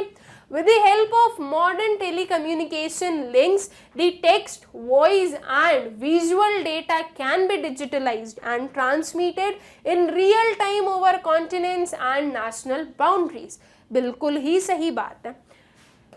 आपको आज कहीं पर बात करनी है, आपके कोई भी रिलेटिव है, ठीक है, मान लीजिए कि वो न्यूयॉर्क में रिसाइड कर रहे हैं, लेकिन आपको उनसे कम्युनिकेशन करना है, आपको उनसे बात करनी है, ठीक है। तो आप यहाँ पर इंडिया में रहकर उनसे बात कर सकते हैं, आप with the help of messages उनसे बात कर सकते हैं, विजुअल कॉल्स हो सकते हैं, वीडियो कॉल्स हो सकते हैं, राइट, एंड इवन आप लोग वॉइस कॉल्स भी कर सकते हैं, वॉइस नोट सेंड कर सकते हैं। तो आपने एट प्रेजेंट, मान लो मुझे अभी किसी से बात करनी है जो कि फॉरेन में रहते हैं, तो मैंने अगर उन्हें कोई भी मैसेज सेंड किया है तो इसी पर्टिकुलर टाइम पर उनके पास वो मैसेज पहुंच जाएगा। टाइम कितना लगा? कुछ बहुत ही मिनी सेकेंड्स का। जितना टाइम आपको इंडिया टू इंडिया कम्युनिकेट करने में लगता है उतना ही वहां पे लगा, राइट, कोई एक्स्ट्रा टाइम नहीं लिया यहाँ पर। अब अगर मुझे किसी से बात करनी तो मुझे ये नहीं बोलना पड़ेगा कि अरे यार वो तो वहां फॉरेन में रहते हैं, कैसे बात करें। ये एक किसका आउटकम है? ये सारी जो एडवांस टेक्नोलॉजीज हैं उनका आउटकम है, राइट। तो अब इसी पर्टिकुलर चीज को अगर मैं थोड़ा आगे बढ़ाऊं और आउटसोर्सिंग के टर्म्स में बात करें, तो कोई फॉरेन कंपनी है स्टूडेंट्स, तो वो फॉरेन कंपनी जो है, ऐसा नहीं है कि अगर उसे कोई भी वर्क आउटसोर्स करना है या फिर मान लो उसे अपने जो कस्टमर केयर सेंटर्स हैं वो बढ़ाने हैं, तो वो ये कहीं से कहीं तक ये नहीं होगा कि बस वो जहाँ पर है जिस पर्टिकुलर कंट्री में उसे वहीं पर ही वो वर्क कर सकता है। कोई एक न्यूयॉर्क में कोई एक कंपनी है, उसकी एक आउटसोर्सिंग यूनिट इंडिया में हो सकती है, ठीक है। वो ग्रीवेंसेस को सॉल्व कौन कर रहा है? कोई इंडियन मेंबर बैठा हुआ है उस पर्टिकुलर कॉल को लेकर, आपकी बातें सुनेगा, आपको बोलेगा कि हम इसे जल्दी जल्दी सॉल्व करेंगे। जो भी प्रॉब्लम होगी वो वहाँ से बियॉन्ड कॉन्टिनेंट्स जो हैं इसे कम्युनिकेट कर कर और सॉल्व कर सकते हैं, राइट। सो इसीलिए ये जो आउटसोर्सिंग है ये सक्सेसफुल हुई है, क्योंकि बियॉन्ड कॉन्टिनेंट्स जो है ये वर्क किया जा सकता है, ठीक है। तो इसीलिए आउटसोर्सिंग एक बहुत ही, हम बोल सकते हैं आज के टाइम में बहुत ही ज़्यादा डेवलप्ड सिनेरियो में वो चल रहा है, ठीक है। सो ये सब कुछ किसकी वजह से हुआ? With the help of modern telecommunication links, ठीक है। India is one of the most preferred destination of outsourcing. ये चीज आप लोगों को ध्यान में रहनी चाहिए और आप लोगों को पता भी होना चाहिए कि इंडिया जो है वो एक बहुत ही नहीं, मोस्ट प्रिफर्ड, ओके, सबसे ज्यादा प्रिफरेबल डेस्टिनेशन है किस चीज का? आउटसोर्सिंग का। इसके रीजंस हम समझेंगे कि ये क्यों है, ओके, मैं समझाऊंगी, बस थोड़ा सा पेशेंस और रख लीजिए। अभी आप लोगों को क्या ध्यान रखना है कि इंडिया जो है वो मोस्ट प्रिफर्ड डेस्टिनेशन है। 80% of European and US outsourcing firms ranked India as their number 1 outsourcing destination, ठीक है। ये कुछ फैक्ट्स हैं जो कि आप लोगों को थोड़े पता होना चाहिए। Almost half of all Fortune 500 companies choose to outsource software development to Indian outsourcing firms. Okay, Indian outsourcing firms क्या हो गई? अब ये एक थोड़ा सा न्यू टर्म आया, तो आउटसोर्सिंग फर्म्स क्या हो गई? वो एक मतलब एक थर्ड पार्टी, किसे जाकर हम बोलेंगे कि ये जो फर्म्स हैं वो किसे जाकर बोलेगी कि आप हमारा काम करो या हम आपको आउटसोर्स जो दे रहे हैं। तो ये क्या होगा कि एक इंस्टीट्यूशन फॉर्म कर लिए गए हैं कि आपका जो काम है वो हम कर देंगे, ओके। बहुत सारी बीपीओ कंपनीज होती हैं, बहुत सारी जो बीपीओ वैकेंसीज होती हैं, ठीक है। तो अब जब भी आप ये वर्ड सुनो ना, मैं बार बार बीपीओ इसलिए बोल रही हूँ बिकॉज ये सबसे ज़्यादा, ये जो टर्म है ये सबसे ज़्यादा आपको सुनने में मिलता है, ठीक है। सो ये अगर आपको अब ध्यान आएगा कि अच्छा बीपीओ है, तो एक चीज क्या आएगी कि ये एक आउटसोर्सिंग फर्म है, ये हम और किसी का काम कर रहे हैं, राइट। तो ये जो है बहुत सारी फर्म्स होती हैं हमारी आउटसोर्सिंग फर्म्स। बहुत सारी फर्म्स ऐसी भी होती हैं जो इनका कुछ और काम भी चलता है और साथ साथ में वो ये एक आउटसोर्सिंग फर्म भी बना लेती है, ठीक है। तो अब मैं जाकर, अगर मैं एक यूरोपियन फर्म हूँ और मुझे अपना कोई वर्क जो है वो आउटसोर्स करना है, तो मैं जाकर ऐसे एम्प्लॉय थोड़ी ना करूँगी, हायर थोड़ी ना करूँगी, एक एक लोगों को थोड़ी ना चुनूंगी कि अच्छा आप लोग मेरा काम कर देना। मैंने तो क्या किया, मैंने एक फर्म देखी, ठीक है, उसे अपना काम दे दिया। अब उस फर्म का काम है कि वो लोगों को एम्प्लॉय करे और मेरा काम पूरा कर दे। मैंने एक इंस्टीट्यूशन को अपना जो वर्क है उसकी रिस्पॉन्सिबिलिटी दे दी। So that is what we call outsourcing firms, ठीक है। तो जो फॉर्च्यून 500 कंपनीज हैं वो भी इंडियन आउटसोर्सिंग फर्म्स को ही मोस्ट प्रिफर्ड डेस्टिनेशन मानती है, ठीक है। तो ये कुछ फैक्ट्स हैं जो कि आप लोगों को पता होना चाहिए कि इंडिया की आउटसोर्सिंग जो है वो बहुत ज़्यादा डिमांड में है। अब क्यों है उसके रीजन समझते हैं, ठीक है। बिना रीजन के तो कुछ भी होता नहीं है, तो रीजंस क्या है। So reasons why India is most preferred, has the largest technical and professional talent pool in the world। ये तो एक बहुत ही एक्सेप्टेबल फैक्ट है कि इंडिया में टेक्निकल लोग बहुत हैं एंड एक्सपर्ट्स हैं। हम ये चीज़ देखते हैं कि यहाँ के जो इंजीनियर्स होते हैं वो जाकर कहाँ पर, फॉरेन में वर्क करते हैं, राइट। ये चीज़ तो फॉरेनर्स भी मानते हैं कि अगर उनकी कंट्री में इंडियंस ना हो तो उनकी कंट्री इतनी डेवलप नहीं हो पाती, राइट। बिकॉज बहुत सारी जगहों पर जो इंडियंस हैं उन्होंने बताया कि हाँ हमारे पास में टेक्निकल टैलेंट और प्रोफेशनल टैलेंट की कमी नहीं है, ओके। तो फिर ये प्रॉब्लम आती क्यों है, क्यों यहाँ से लोग माइग्रेट करते हैं दूसरी कंट्रीज में। सिंपल सा रीजन है कि उनको ज़्यादा अच्छी अपॉर्चुनिटीज़ वहाँ पे मिलती है, वो ज़्यादा अच्छा खुद का ग्रोथ वहाँ पर देखते हैं, राइट। इसीलिए इंडिया में कम काम करते हैं और बाहर ज़्यादा चले जाते हैं। जब इंडिया भी हमारा बहुत अच्छा डेवलप्ड हो जाएगा तो I guess and I hope so कि यहाँ के लोगों को ज़रूरत नहीं होगी कि वो और कहीं पर जाकर वर्क करें, ठीक है। तो ये एक बहुत ही एक्सेप्टेबल फैक्ट है कि इंडिया में बहुत ही आपको टेक्निकल और प्रोफेशनल टैलेंट मिलेगा। अब जब आपको टेक्निकल और प्रोफेशनल टैलेंट मिल रहा है, जब आपको टेक्निकल और प्रोफेशनल लोग मिल रहे हैं, तो उसकी वजह से क्या हो रहा है कि जो बाहर वाली कंपनीज है वो क्या सोच रही कि हम बिल्कुल एक्सपर्ट लोगों से काम करवाएं ना, हम क्यों ऐसे लोगों से काम करवाएं जिससे अभी सीखना पड़ेगा। हमारे पास में जब एक्सपर्टीज मिल सकती है हमें तो हम एक्सपर्ट से ही करवाएंगे, राइट। इसीलिए इंडिया को ज़्यादा प्रेफर किया जाता है। और उसके साथ में ये वाला जो पॉइंट है ये भी हमें ध्यान रखना है, ऑफर्स फ्लेक्सिबल प्राइसिंग ऑप्शंस, ठीक है। जो हमारे इंडियंस हैं, ओके, जो इंडियन लेबर है वो चीप रेट में मिल जाता है सारी जो इंटरनेशनल मार्केट है उसमें, ठीक है। तो ये भी एक एडवांटेज है। हर एक कंपनी का मोटिव क्या है, प्रॉफिट अर्न करना, राइट। सो अब वो प्रॉफिट अर्न करेगा कैसे, एक उसका ये रीजन भी हो सकता है ना कि उसे चीप लेबर मिल जाए, राइट। तो यहाँ पर इंडिया में आपको फ्लेक्सिबल प्राइसिंग ऑप्शंस मिलते हैं बहुत ज़्यादा। ऐसा नहीं है कि बहुत ज़्यादा रिजिड हो कि नहीं हम तो इतने में ही काम करेंगे, नहीं। ये जो है थोड़ी डील हो सकती है अगर कोई कंपनी बोल रही है कि नहीं आपकी सैलरी कम रखिए, आपके जो एम्प्लॉयज़ हैं उनकी, तो यहाँ के जो लोग हैं वो भी मान जाते हैं, ठीक है। तो इसकी वजह से भी जो इंडिया है वो प्रिफर्ड है। देखो दो हमारे पास में एडवांटेज हो गया ना, एक तो टेक्निकल भी मिल गए, टेक्निकल और प्रोफेशनल टैलेंट मिल गया, साथ साथ में चीप रेट्स पर वो लोग रेडी हैं काम करने के लिए, ठीक है। Provides consistent high quality services, quality high मिलेगी। क्यों हाई मिलेगी स्टूडेंट्स, यहाँ पर हम समझ रहे हैं कि टेक्निकल और प्रोफेशनल टैलेंट पूल है, तो जब कोई एक टेक्निकल पर्सन एक प्रोफेशनल पर्सन काम कर रहा है तो वो एक सही वे में काम करेगा, राइट। वो उसके बेस्ट वे में काम करेगा, उसकी खुद की स्किल्स इतनी ग्रो हो चुकी है कि उसको अब वो जो काम करेगा वो एक क्वालिटी प्रोडक्ट देगा, ठीक है। तो यहाँ पर क्वालिटी सर्विसेज मिलती हैं, तो क्वालिटी सर्विसेज कौन नहीं चाहेगा, सब लोग चाहेंगे।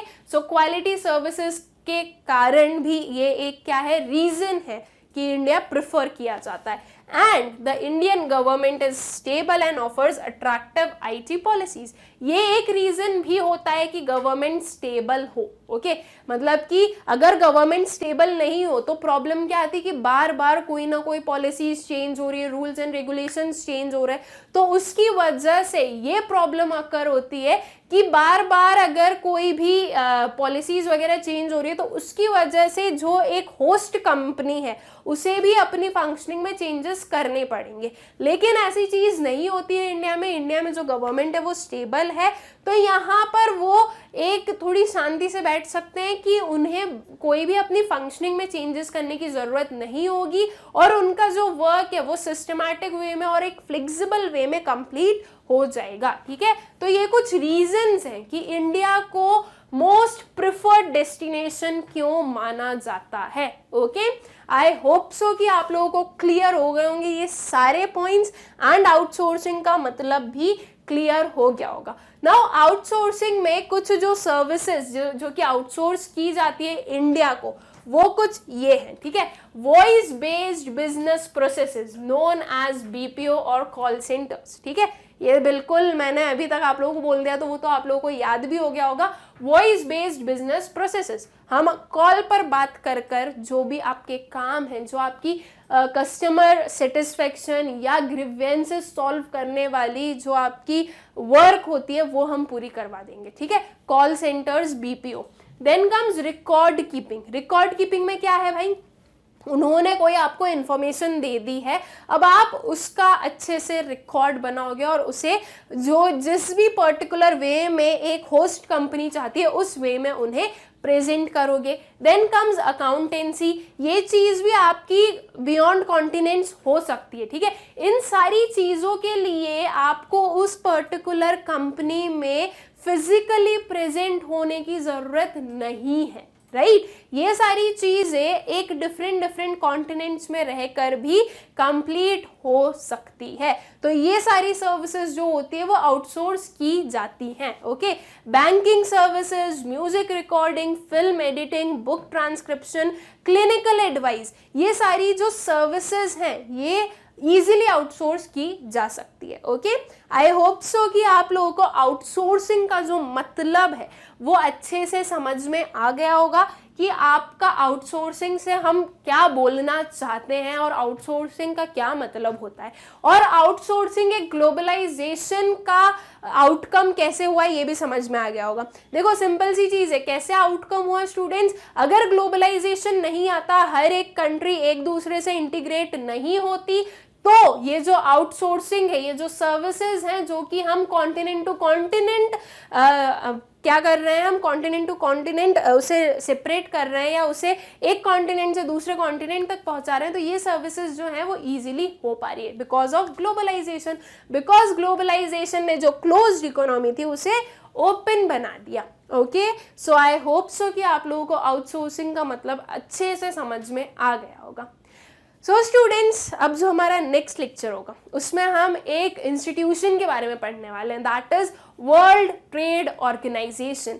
आप लोगों ने इसका नाम सुना होगा, आप लोगों को हो सकता है कि इसका मतलब भी पता होगा। अगर नहीं पता होगा तो हम नेक्स्ट लेक्चर में पढ़ेंगे ही, और अगर पता होगा तो वो आपका अच्छे से रिविजन हो जाएगा। Okay, so I hope so कि अभी तक का आप लोगों को सब कुछ अच्छे से समझ में आ गया है। मिलता है अपने नेक्स्ट लेक्चर में with world trade organisation. Thank you.